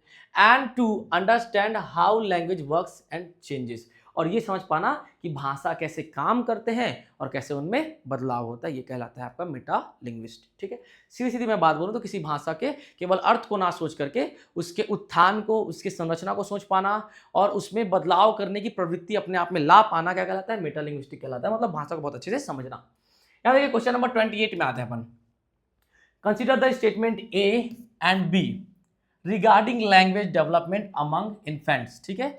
नवजात, इन्फेंट क्या होता है, नवजात शिशु, तो शिशुओं के बीच में भाषा के विकास के बारे में दो बातें कही गई है, ए और बी। आपको क्या करना है, उसको एनालाइज करना है, ठीक है, कंसीडर करना है। इन इन्फेंसी, शैशवावस्था में, शिशु जब बच्चा छोटा होता है तो क्या बोलते हैं, शैशवावस्था। इन इन्फेंसी, ठीक है, infancy vocal tracts of a baby are more like that of an animal that an adult humans. अब समझिएगा, बोला जा रहा है कि जब बच्चा शैशवावस्था में होता है, शिशु होता है, छोटा होता है, तो उसकी भाषा एक एडल्ट, एक वयस्क मनुष्य की तरह कम लगती है, बल्कि एनिमल, जानवर की तरह ज्यादा लगती है, ऐसा बोला जा रहा है। हाँ जाहिर सी बात, आप छोटे बच्चे को सुने होंगे तो उसकी जो भाषा है वो एक जीव की तरह, एक एनिमल की तरह ज्यादा लगती है, वो एकदम क्लियरली मनुष्य की तरह नहीं बात कर पाता है, क्या करता है, ब्ला ब्ला ब्ला ऐसे ऐसे आवाज निकालता है, जो कि क्या निकालते हैं, जानवर वगैरह निकालते हैं। तो ये बात तो ठीक बोला इसने। यहाँ पर देखिए, ड्यूरिंग 6 to 12 मंथ्स, 6 से 12 महीना की बात हो रही है, याद रखिएगा, मतलब बैबलिंग पीरियड के आसपास की बात हो रही है, ठीक है। A baby is involve in variegated babbling and repetitive babbling. यहाँ पर देखिए 6 से 12 महीने में जो बेबी होता है वो क्या होता है, व्यस्त होता है, क्या करने में, बड़बड़ाने में, क्या करने में, वेरीगेटेड मतलब भिन्न भिन्न प्रकार के तरीके से बड़बड़ाने में, ठीक है, भिन्न भिन्न प्रकार के तरीके से क्या करने में, बड़बड़ाने में बच्चा क्या होता है, व्यस्त होता है। और रिपीटेटिव बैवलिंग मतलब बार बार पुनरावृत्ति करना किसी बड़बड़ाहट को बार बार, जैसे दा दा दा दा दा दा पा पा पा पा पा पा करता है ना बच्चा, बस वैसे उस पे शामिल होता है। बात तो ये भी सही है कि बच्चा क्या होता है, जब एकदम छोटा होता है, शैशवावस्था में होता है, तो उसका आवाज मनुष्य की तरह कम और जानवर की तरह ज्यादा लगता है। दूसरी बात 6 से 12 महीना जो कि बैबलिंग पीरियड है, यहाँ पे बच्चा क्या करता है, भिन्न भिन्न प्रकार से बड़बड़ाता है अपने आप में, और एक प्रकार से भी जो बार बार सेम सेम चीज को भी रिपीट करता है। तो ये दोनों बात सही है, तो both A and B are true, याद रखिएगा। ठीक, आगे बढ़ते हैं अपन। The language used in the playground, on the phone और to interact socially with other people is part of. ठीक है, एक भाषा जो कि प्रयोग होती है कहां पर, प्लेग्राउंड में, खेल के मैदान में, फोन पर, और interact socially with other peoples, और सामाजिक तौर पे अदर पीपल से बात करने में जो भाषा प्रयोग होती है, उस कौशल को क्या करते हैं, क्या कहते हैं उस भाषा कौशल को, basic interpersonal communicative skill, cognitive advanced language proficiency. ठीक है, कॉग्निटिव एकेडमिक होगा ना, ठीक है, एकेडमिक एकेडमिक एकेडमिक, एडवांस भी ठीक है, कोई दिक्कत नहीं। ठीक है, डिस्कोर्स कॉम्पिटेंसी और ग्रुप डिस्कशन। एक्चुअल मैंने बताया था, क्या बताया था मैंने आपको, BIC से बनाया था, बेसिक इंटरपर्सनल कम्युनिकेशन स्किल, बुनियादी, ठीक है, बुनियादी पारस्परिक संचारी कौशल। एक ये ऐसा कौशल है जो एक व्यक्ति में क्या होता है, डेवलप करता है, उसके बातचीत के करने को बताता है कि वो कैसे बात करता है, कहाँ पर, आमने सामने लोगों को कैसे वो बात करता है, चाहे वो प्लेग्राउंड में हो, चाहे वो फोन पर हो, चाहे वो सामाजिक ग्रुप में हो। तो क्या हो जाएगा, मैंने बताया आपको, ये हो जाएगा आपका BICS बिक्स, याद रखिएगा। क्वेश्चन नंबर 30 पे आते हैं। A dialect passes through these stages to get the status of standard dialect. एक जो डायलेक्ट है, एक जो बोली है, एक जो बोली है, ठीक है, वो निम्न स्टेजों से, निम्न स्तरों से पास होती है, गुजरती है, तब वो क्या बन पाती है, मानक बोली बन पाती है। क्या बन पाती है, मानक बोली बन पाती है। तो बताइए बड़ा, वो कौन कौन से स्टेज है जिससे वो गुजरती है। यहाँ पर देखिए, सिलेक्शन, कोडिफिकेशन, एलैबोरेशन, फंक्शन, समझिए। पहली बात तो सिलेक्शन, क्या करते हैं अपन, चयन करते हैं, क्या करते हैं, शब्दों का चयन करते हैं, क्या करते हैं, शब्दों का चयन करते हैं, याद रखिएगा। पहले क्या करते हैं अपन, चयन करते हैं, फिर क्या करते हैं अपन, उसको कोडिफिकेशन करते हैं, क्या करते हैं अपन, उसको कोडिफिकेशन करते हैं, मतलब क्या करते हैं अपन, संग्रहित करते हैं, क्या करते हैं अपन, उसको संग्रहित करते हैं, क्या करते हैं अपन, उसको करते हैं संग्रहित, और एक प्रकार से साफ सुथरे रूप में क्या करते हैं अपन, संग्रहित करते हैं। ठीक है, आगे होता है एलोबरेशन ऑफ फंक्शन। ठीक है, उसके कार्यों को बढ़ाते हैं, क्या करते हैं, उसके कार्यों को, उनके उसके फंक्शन को क्या करते हैं, फंक्शन को बढ़ावा देते हैं, फंक्शन को क्या करते हैं, बढ़ावा देते हैं।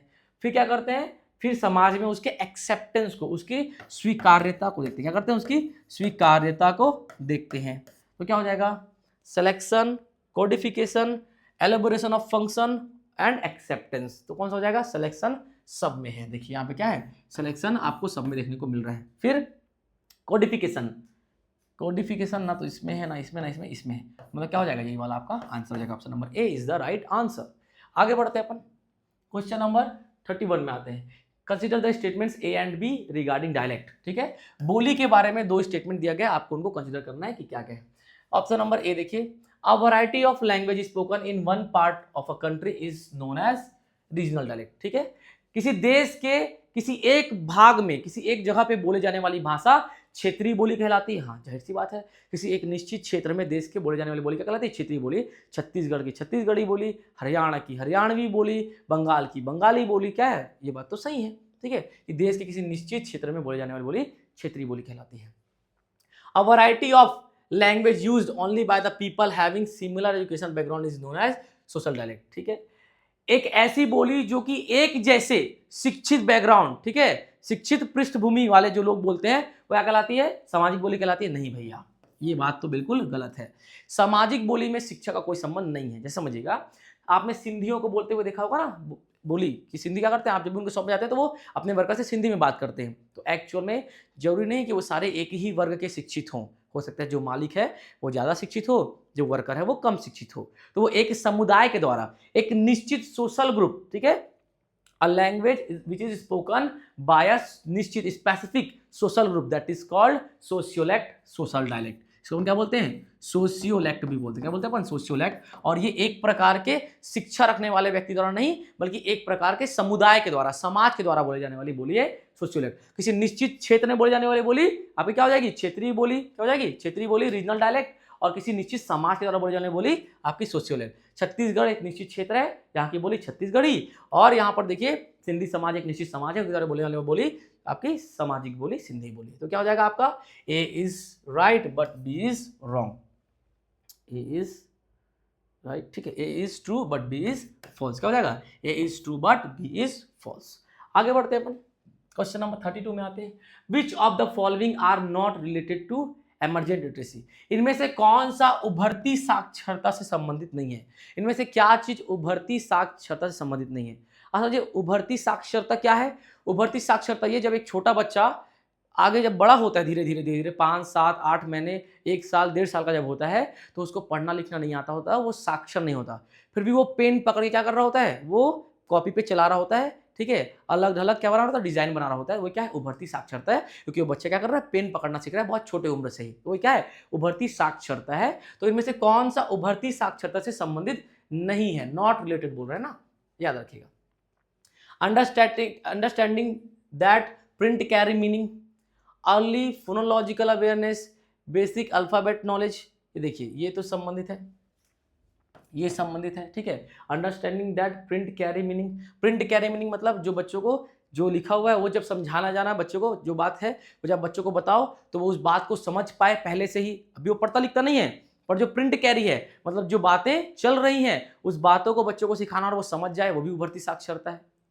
आगे बढ़ते हैं, अर्ली फोनोलॉजिकल अवेयरनेस, ठीक है, बहुत पहले से फोनोलॉजिकल मतलब ध्वनियों के बारे में जानना, कि उसको सी ए बी डी बोलते हैं ना, ए बी सी डी, तो बहुत पहले क्या करना, उसके जो साउंड्स है फोनोलॉजिकल मतलब आवाजों को, ध्वनियों को पहचानना, हाँ ये भी उभरती साक्षरता है।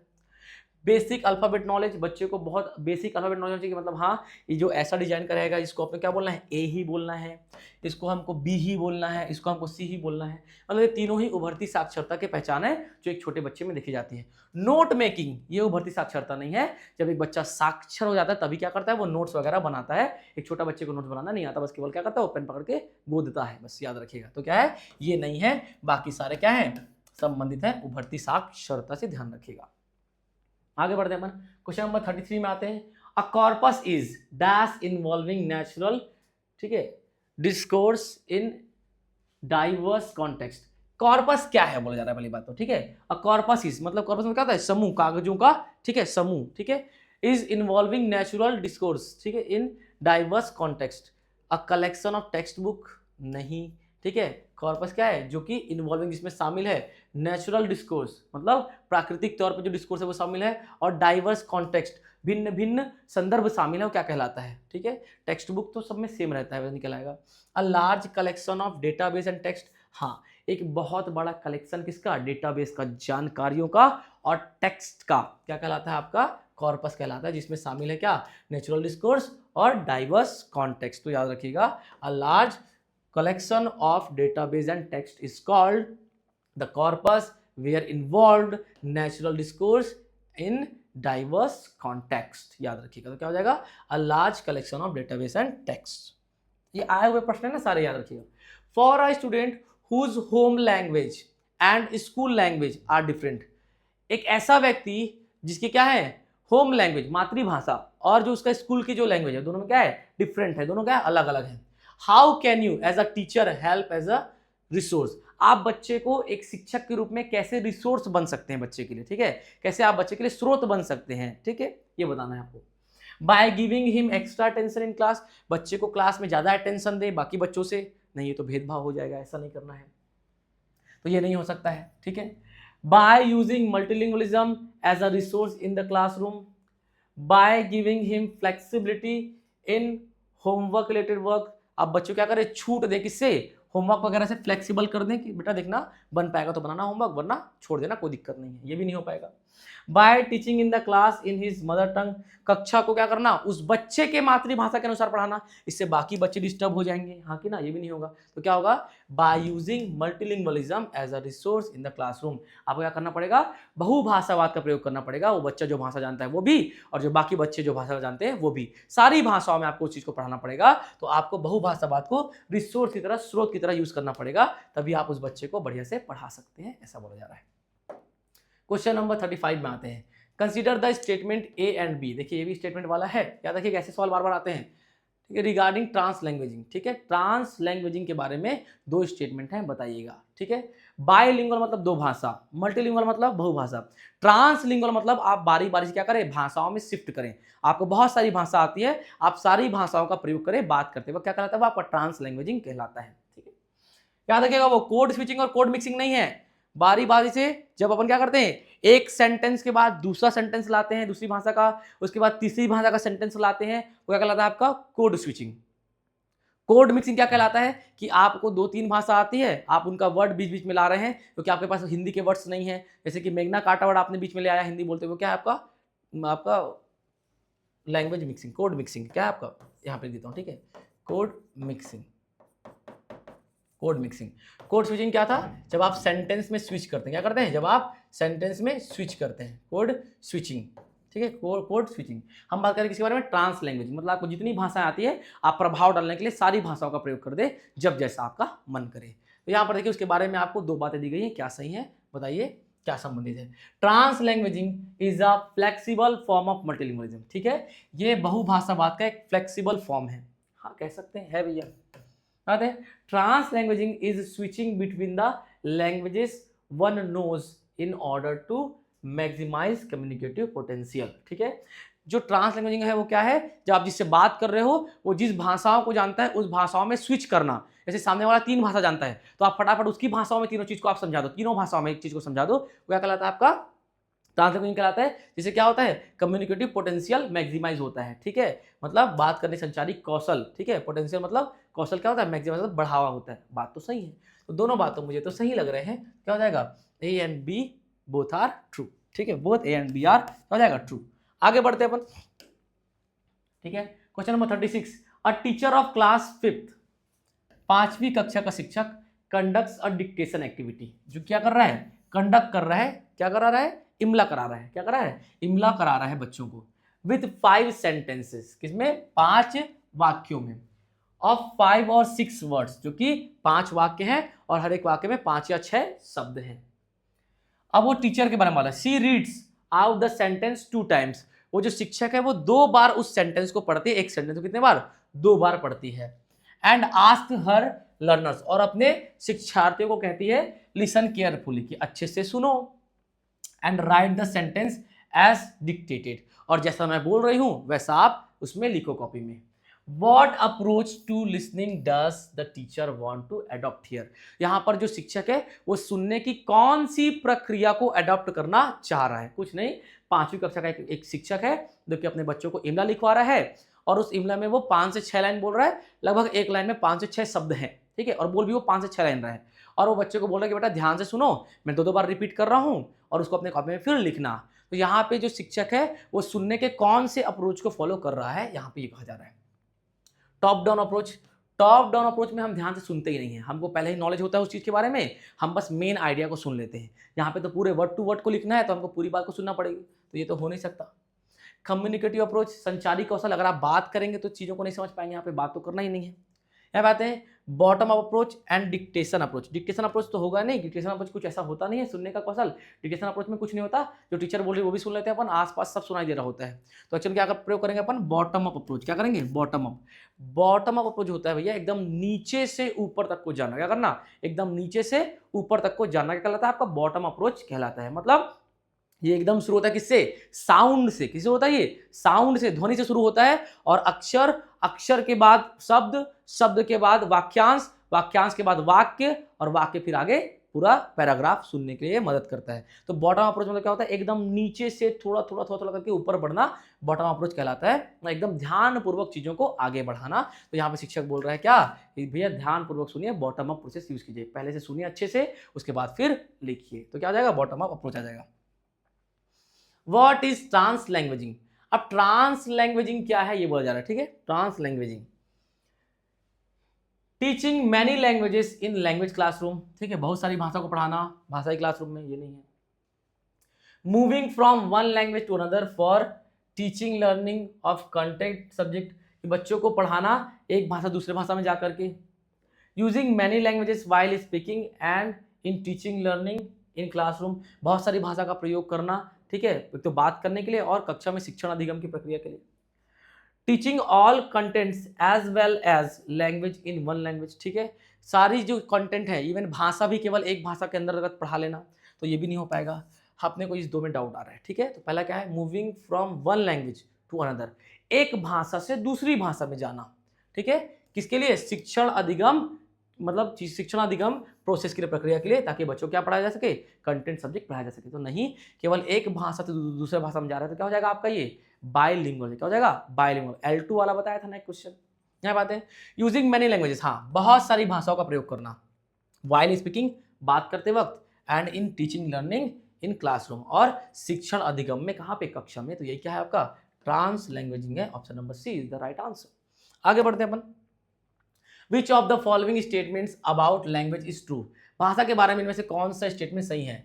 It is a system of systems, it is systematic, it is rule of rules and exceptions, it is an idea और आइडियाज। एक्चुअली याद रखिएगा, भाषा क्या है, शुरू में बताया था मैंने, it is the system of systems, भाषा तंत्रों का तंत्र है, भाषा क्या है, तंत्रों का तंत्र। Option number A is the right answer. आगे बढ़ते हैं अपन, 39 को देखिए, a learner in a village in the state of Jharkhand knows her mother tongue and Hindi the language of home and in her neighbourhood, ठीक है, समझिएगा। एक जो बच्चा है वो कहाँ रहता है, झारखंड में, कहाँ रहता है, झारखंड में, और वो जानता है क्या, अपनी मातृभाषा को और हिंदी को, और जो उसके अड़ोस पड़ोस में बोले जाने वाली भाषा है उसको।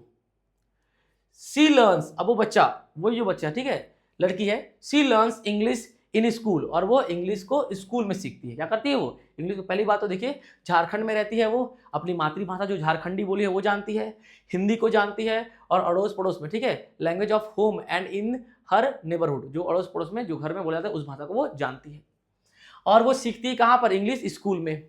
विच of the languages come under language acquisition and which of the language come under language learning, इनमें से कौन सी भाषा उसके भाषा अर्जन के अंदर आएगी, अर्जित की गई भाषा में आएगी, और इनमें से कौन सी भाषा सीखने वाले में आएगी। पहली बात तो देखिए, जो स्कूल में वो सीख रही है वो किस में आएगी, सीखने वाली भाषा में आएगी, लर्निंग में आएगी, ठीक है। Mother tongue and Hindi comes under, ठीक है, अंडर लैंग्वेज, ये देखिए पहले तो ये, तो जो इंग्लिश है वो किस में आएगी, उसके लर्निंग में आएगी, क्योंकि वो स्कूल में सीख रही है।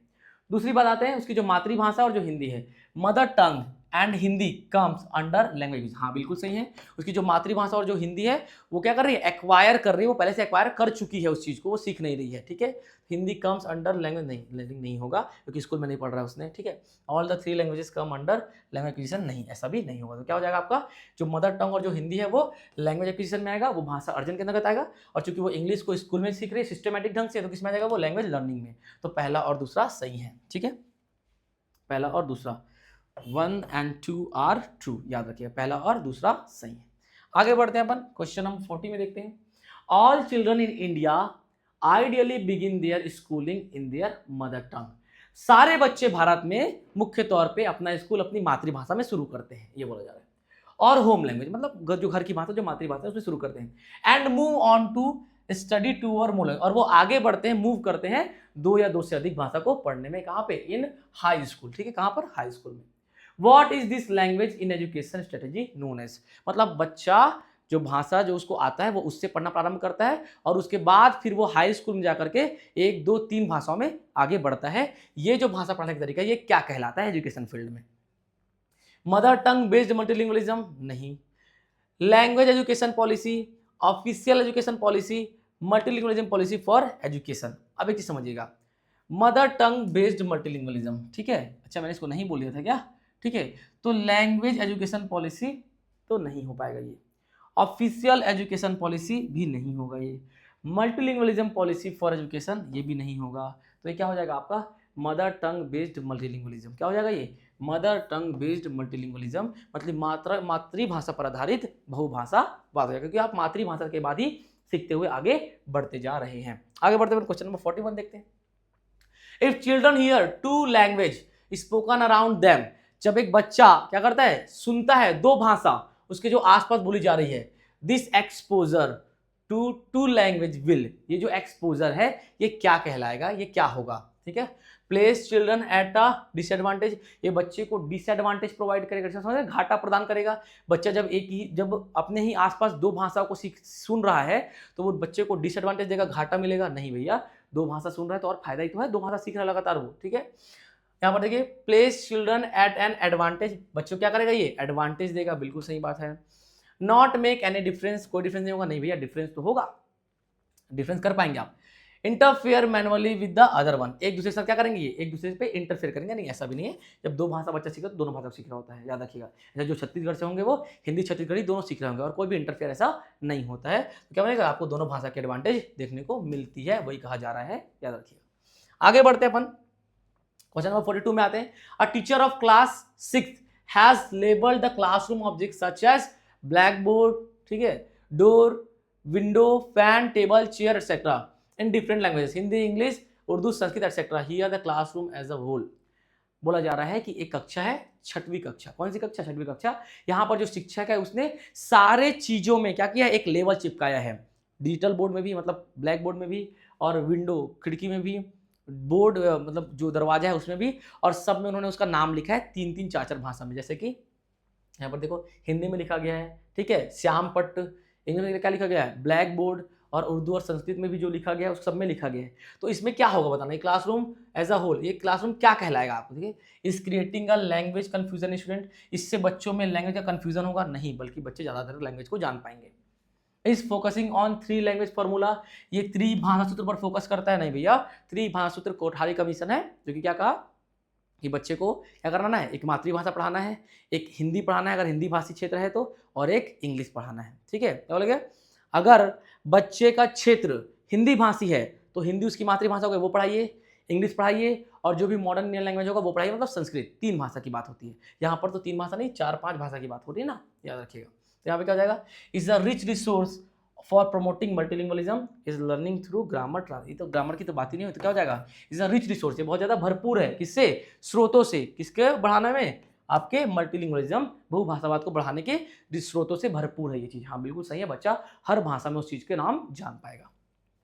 आगे बढ़ते हैं अपन 43, the language which is learn from environment without any explicit teaching, ठीक है, the language which is learn from environment, वह भाषा जो वातावरण से आसपास की सीखी जाती है बिना किसी टीचिंग के, बिना पढ़ाए, बिना किसी एक्सटर्नल की, बिना किसी बाहरी पढ़ाए जाने से, वो क्या कहलाती है, second language, third language, school language, first language. पहली भाषा ही है जो ऐसे सीखा जाता है बिना किसी के पढ़ाए, वही क्या आपका मदर टंग है, ठीक है, फर्स्ट लैंग्वेज एक्विजिशन भी कहलाता है, ठीक है, ये हो गया। यहाँ पे आते हैं अपन question number 44, a language teacher asks students to collect flowers to make a flower scrapbook, she also asks them to write the name of each flower in their language and in English, this activity will help her to promote. यहाँ पर देखिए एक madam है, एक teacher है, वो बच्चों को क्या बोलती है कि भैया आपको क्या बनाना है, एक फ्लावर्स का बुके पूरा कलेक्ट करके आपको बनाना है, और वहाँ पे फ्लावर्स का बनाना है, और वहां पर आपको क्या करना है, सारे फ्लावर्स के नीचे में उनका नाम लिखना है, क्या करना है, उनका नाम लिखना है, और नाम किसमें लिखना है, एक तो आप पहले अपनी भाषा में लिख लो और इंग्लिश में लिख लो, ठीक है, अपनी भाषा जो आप जानते हैं उसको वो उसमें लिख लीजिए और इंग्लिश में उसका नाम लिखिए। तो ये जो है ये उस टीचर को क्या चीज में मदद करेगा, इंटीग्रेशन ऑफ सब्जेक्ट, सब्जेक्ट के सर्वसम्मिलित होने में मदद करेगा, मल्टीलिंगुअलिज्म में बहुभाषा में मदद करेगा, लैंग्वेज अक्रॉस करिकुलम में मदद करेगा, अ लव फॉर नेचर, याद रखिएगा ये बहुभाषावाद में मदद करेगा, क्या करेगा ये बहुभाषावाद में मदद करेगा एक बच्चे को। आगे बढ़ते हैं, which one of the following activities comes under kelp, CALP, इनमें से कौन सा एक्टिविटी CALP के अंतर्गत आता है, ठीक है, making reservations, answering calls, making an appointment for a salon, writing book reviews. देखिए सेल्फ क्या है, कि कैल्प, CALP कैल्प, याद रखिएगा, कॉग्निटिव एकेडमिक, ठीक है, बताया था language proficiency, cognitive academic academic language proficiency, proficiency, ठीक है, मतलब संज्ञानात्मक शैक्षणिक भाषा प्रवीणता। तो ये तो कहीं भी रिजर्वेशन से संबंधित नहीं है, ठीक है, फोन उठाने से संबंधित नहीं है, ठीक है, सैलून जाने से संबंधित नहीं, मतलब क्या है ये, राइटिंग बुक रिव्यूज, बुक के रिव्यूज लिखने से, क्योंकि आपको बुक का रिव्यू किस में लिखना पड़ेगा, आपके एजुकेशनल एकेडमिक लैंग्वेज में, शैक्षणिक भाषा में लिखना पड़ेगा। यहाँ पे क्या आ जाएगा आपका, राइटिंग बुक रिव्यूज। आगे बढ़ते हैं अपन, ठीक है। A language teacher firstly ask students to introduce themselves. एक जो लैंग्वेज टीचर है, भाषा पढ़ाने जो शिक्षक है, वो बोलते हैं किसको, स्टूडेंट्स को, कि बेटा पहले अपने बारे में बताओ, अपने आप को क्या करो, इंट्रोड्यूस करो, अपने आप को इंट्रोड्यूस करो, किससे, बाकी जो जितने लोग हैं एक दूसरे से, सब क्या करो, अपने आप को इंट्रोड्यूस करो। देन सी आस्क, फिर वो टीचर बोलती है, then she ask them to introduce their friend to each other. फिर वो कहते हैं कि अपने दोस्त को फिर सबसे मिलाओ आपस में, जो आपका दोस्त है, पहले तो खुद को इंट्रोड्यूस करो एक दूसरे के साथ, फिर अपने दोस्तों को इंट्रोड्यूस करो एक दूसरे के साथ, फिर this activity will help them to increase. ये एक्टिविटी क्या मदद करेगा, उसमें क्या बढ़ाने में मदद करेगा उनके अंदर, CALP, PPP, ALT, BICS। तो क्या बनेगा भैया, ये BICS, बुनियादी पारस्परिक, ठीक है, कम्युनिकेशन स्किल, मतलब बुनियादी पारस्परिक संचारी कौशल को बढ़ाएगा। क्योंकि क्या हो रहा है, आप चीज़ों को धीरे धीरे क्या कर रहे हैं, बात करना सीख रहे हैं, एक सामाजिक परिवेश में कैसे बात करते हैं, ये बढ़ा देगा किसको, आपका BICS को। मैंने समझा रखा है आपको शुरू में BICS। 47 पे आते हैं अपन, the study of meaning in a language is known as. भाषा की मीनिंग को समझना क्या कहलाता है, तो कहलाता है आपका सिमेंटिक। क्या कहलाता है, सिमेंटिक, मतलब अर्थपूर्ण। क्या कहलाता है आपको, अर्थ। सिमेंटिक मतलब क्या होता है, अर्थ समझना। सिंटैक्स मतलब क्या होता है, वाक्य रचना। क्या होता है, वाक्य रचना, वाक्य रचना। मॉर्फोलॉजिकल मतलब क्या होता है, बोलना, ध्वनि से संबंधित होता है। और लिंग्विस्टिक मतलब क्या होता है, तो ध्वनि से संबंधित वर्ड है, तो क्या हो जाएगा, अर्थ को समझना, ठीक है, सिमेंटिक कहलाएगा, याद रखिएगा, ठीक। आगे बढ़ते हैं अपन, question number 48, in the multilingual classroom learners can interact. बहुभाषा वाले कक्षा में जो बच्चे वो इंटरेक्ट कर पाएंगे या फिर इंटरेक्ट कर सकते हैं, in the medium of instruction followed by the school, जो माध्यम स्कूल के द्वारा दिया जाएगा उसमें, तो नहीं भैया, क्योंकि बहुभाषावाद है तो स्कूल द्वारा क्यों माध्यम दिया जाएगा, किसने बात करना है आपको, in their own language and can be a mix of words from more than one language. हाँ, अपनी भाषा में और एक से अधिक भाषा के शब्दों को मिला जुला कर, क्योंकि बहुभाषावाद वाला सब कक्षा है ना, बच्चे क्या कर पाएंगे, अपनी अपनी भाषा में बात कर पाएंगे और बहुत सारे भाषा के शब्दों को मिला करके भी बात कर सकते हैं। तो क्या हो जाएगा, option number B is the right answer. आगे बढ़ते हैं अपन, second last question, question number 49, language is arbitrary. भाषा मनमाना है। भाषा क्या है आपका, मनमाना है। भाषा क्या है आपका, मनमाना है। इसका मतलब क्या है, something is determined by judgement and for a specific reason, ठीक है, तो जो कुछ है क्या है, निर्धारित किया गया किसके द्वारा, जजमेंट के द्वारा और एक स्पेसिफिक निश्चित कारण के द्वारा। It is based on a valid reason and not on chance. ये आधारित है किस पे, वैलिड रीजन पर, ठीक है, किसी भी चांस पर नहीं आधारित है। There is a strong relation between the words of a language and their meaning. जो भाषा है उसके शब्द और उनके अर्थों के बीच में एकदम गहरा संबंध है, इसकी वजह से ये मनमाना है। लास्ट देखिए, there is no inherent relation between the words of a language and their meaning. यहाँ पे कोई भी निश्चित संबंध नहीं है शब्द और उसके अर्थ में, इसलिए ये मनमाना है। हाँ, एक्चुअल बात है, भाषा में उसके शब्द और उसके अर्थ में कोई भी निश्चित संबंध नहीं होता है, अलग अलग कॉन्टेक्स्ट में सेम शब्दों के अलग अलग अर्थ निकलते हैं, ध्यान रखिएगा। तो क्या हो जाएगा यहाँ पर, ये हो जाएगा, क्या हो जाएगा, ये हो जाएगा। ऐसे मैंने बोला प्रॉब्लम, मैंने क्या बोला, प्रॉब्लम, प्रॉब्लम क्या हुआ, परेशानी, क्या हुआ, परेशानी। यहाँ पर प्रॉब्लम का क्या हो रहा है, परेशानी। बट मैं बोलूँ प्रॉब्लम्स ऑफ मैथमेटिक्स, क्या बोलूँ मैं, प्रॉब्लम्स ऑफ मैथमेटिक्स, मतलब गणित के प्रश्न, गणित के सवाल बोल रहा हूँ, फिर यहाँ पे परेशानी नहीं आ रहा है, गणित की परेशानी नहीं होगा, गणित के सवालों की मैं बात कर रहा हूँ। तो प्रॉब्लम वर्ड का एक बार क्या नहीं कर रहा है, परेशानी, एक बार क्या नहीं कर रहा है, सवाल। तो कभी भी शब्द का कोई संबंध नहीं होता उसके अर्थ से, अलग अलग संदर्भों में उसका अर्थ अलग अलग निकलता है, इसलिए क्या लगता है, भाषा आपका मनमाना लगता है, याद रखिएगा, ठीक है। आगे बढ़ते हैं, last and the final question, question number 50, the multilingual nature of the Indian classroom must be used as a resource so that, ठीक है, मतलब मल्टीलिंगुअल, बहुभाषावाद वाला प्रकृति, ठीक है, ऑफ द इंडियन क्लासरूम, मतलब भारतीय कक्षाओं में मस्ट बी यूज, बिल्कुल प्रयोग किया जाना चाहिए, रिसोर्स ऑफ, ठीक है, किसके स्रोत के तौर पे, सो दैट, ताकि, एक रिसोर्स के तौर पे, ताकि क्या हो सके, every child feel secure and accepted, हर बच्चा सिक्योर फील करे, नहीं, ऐसा कुछ नहीं है। Every child learn at the same pace, हर बच्चा एक बराबर स्पीड सीख सके, ऐसा कुछ नहीं है। Children can learn many language, ताकि बच्चा बहुत सारी भाषा सीख सके, हाँ ये वाली बात है। The teacher develops language proficiency, ताकि बच्चा भाषा प्रविधता का विकास कर सके, ये भी गलत है। तो देखिए सारी कक्षाओं में बहुभाषावाद का प्रयोग करना चाहिए एक स्रोत के तौर पे, जिसका क्या फायदा होगा, ताकि बच्चा सारी भाषाओं को सीख सके, बहुत सारी भाषाओं को सीख सके, याद रखिएगा। तो ये थे 50 प्रश्न, उम्मीद है आपको समझ में आए होंगे, जो कि इंग्लिश पेडागोजी में बहुत ही ज्यादा महत्वपूर्ण प्रश्न है। ये लास्ट नहीं है, इस सीरीज में अभी और 2-3 और आने वाले हैं वीडियोस, तो बिल्कुल हमसे जुड़े रहिएगा। हाँ, यदि आपको ये पीडीएफ वगैरह चाहिए तो आप हमारे टेलीग्राम ग्रुप को ज्वाइन कर सकते हैं, आपको उनका लिंक डिस्क्रिप्शन में मिल जाएगा, उसका लिंक, ठीक है। तो अपन आज की क्लास पे वाइंड अप करते हैं, मिलते हैं आपसे अगले क्लास में, ज़्यादा बोलिए धन्यवाद।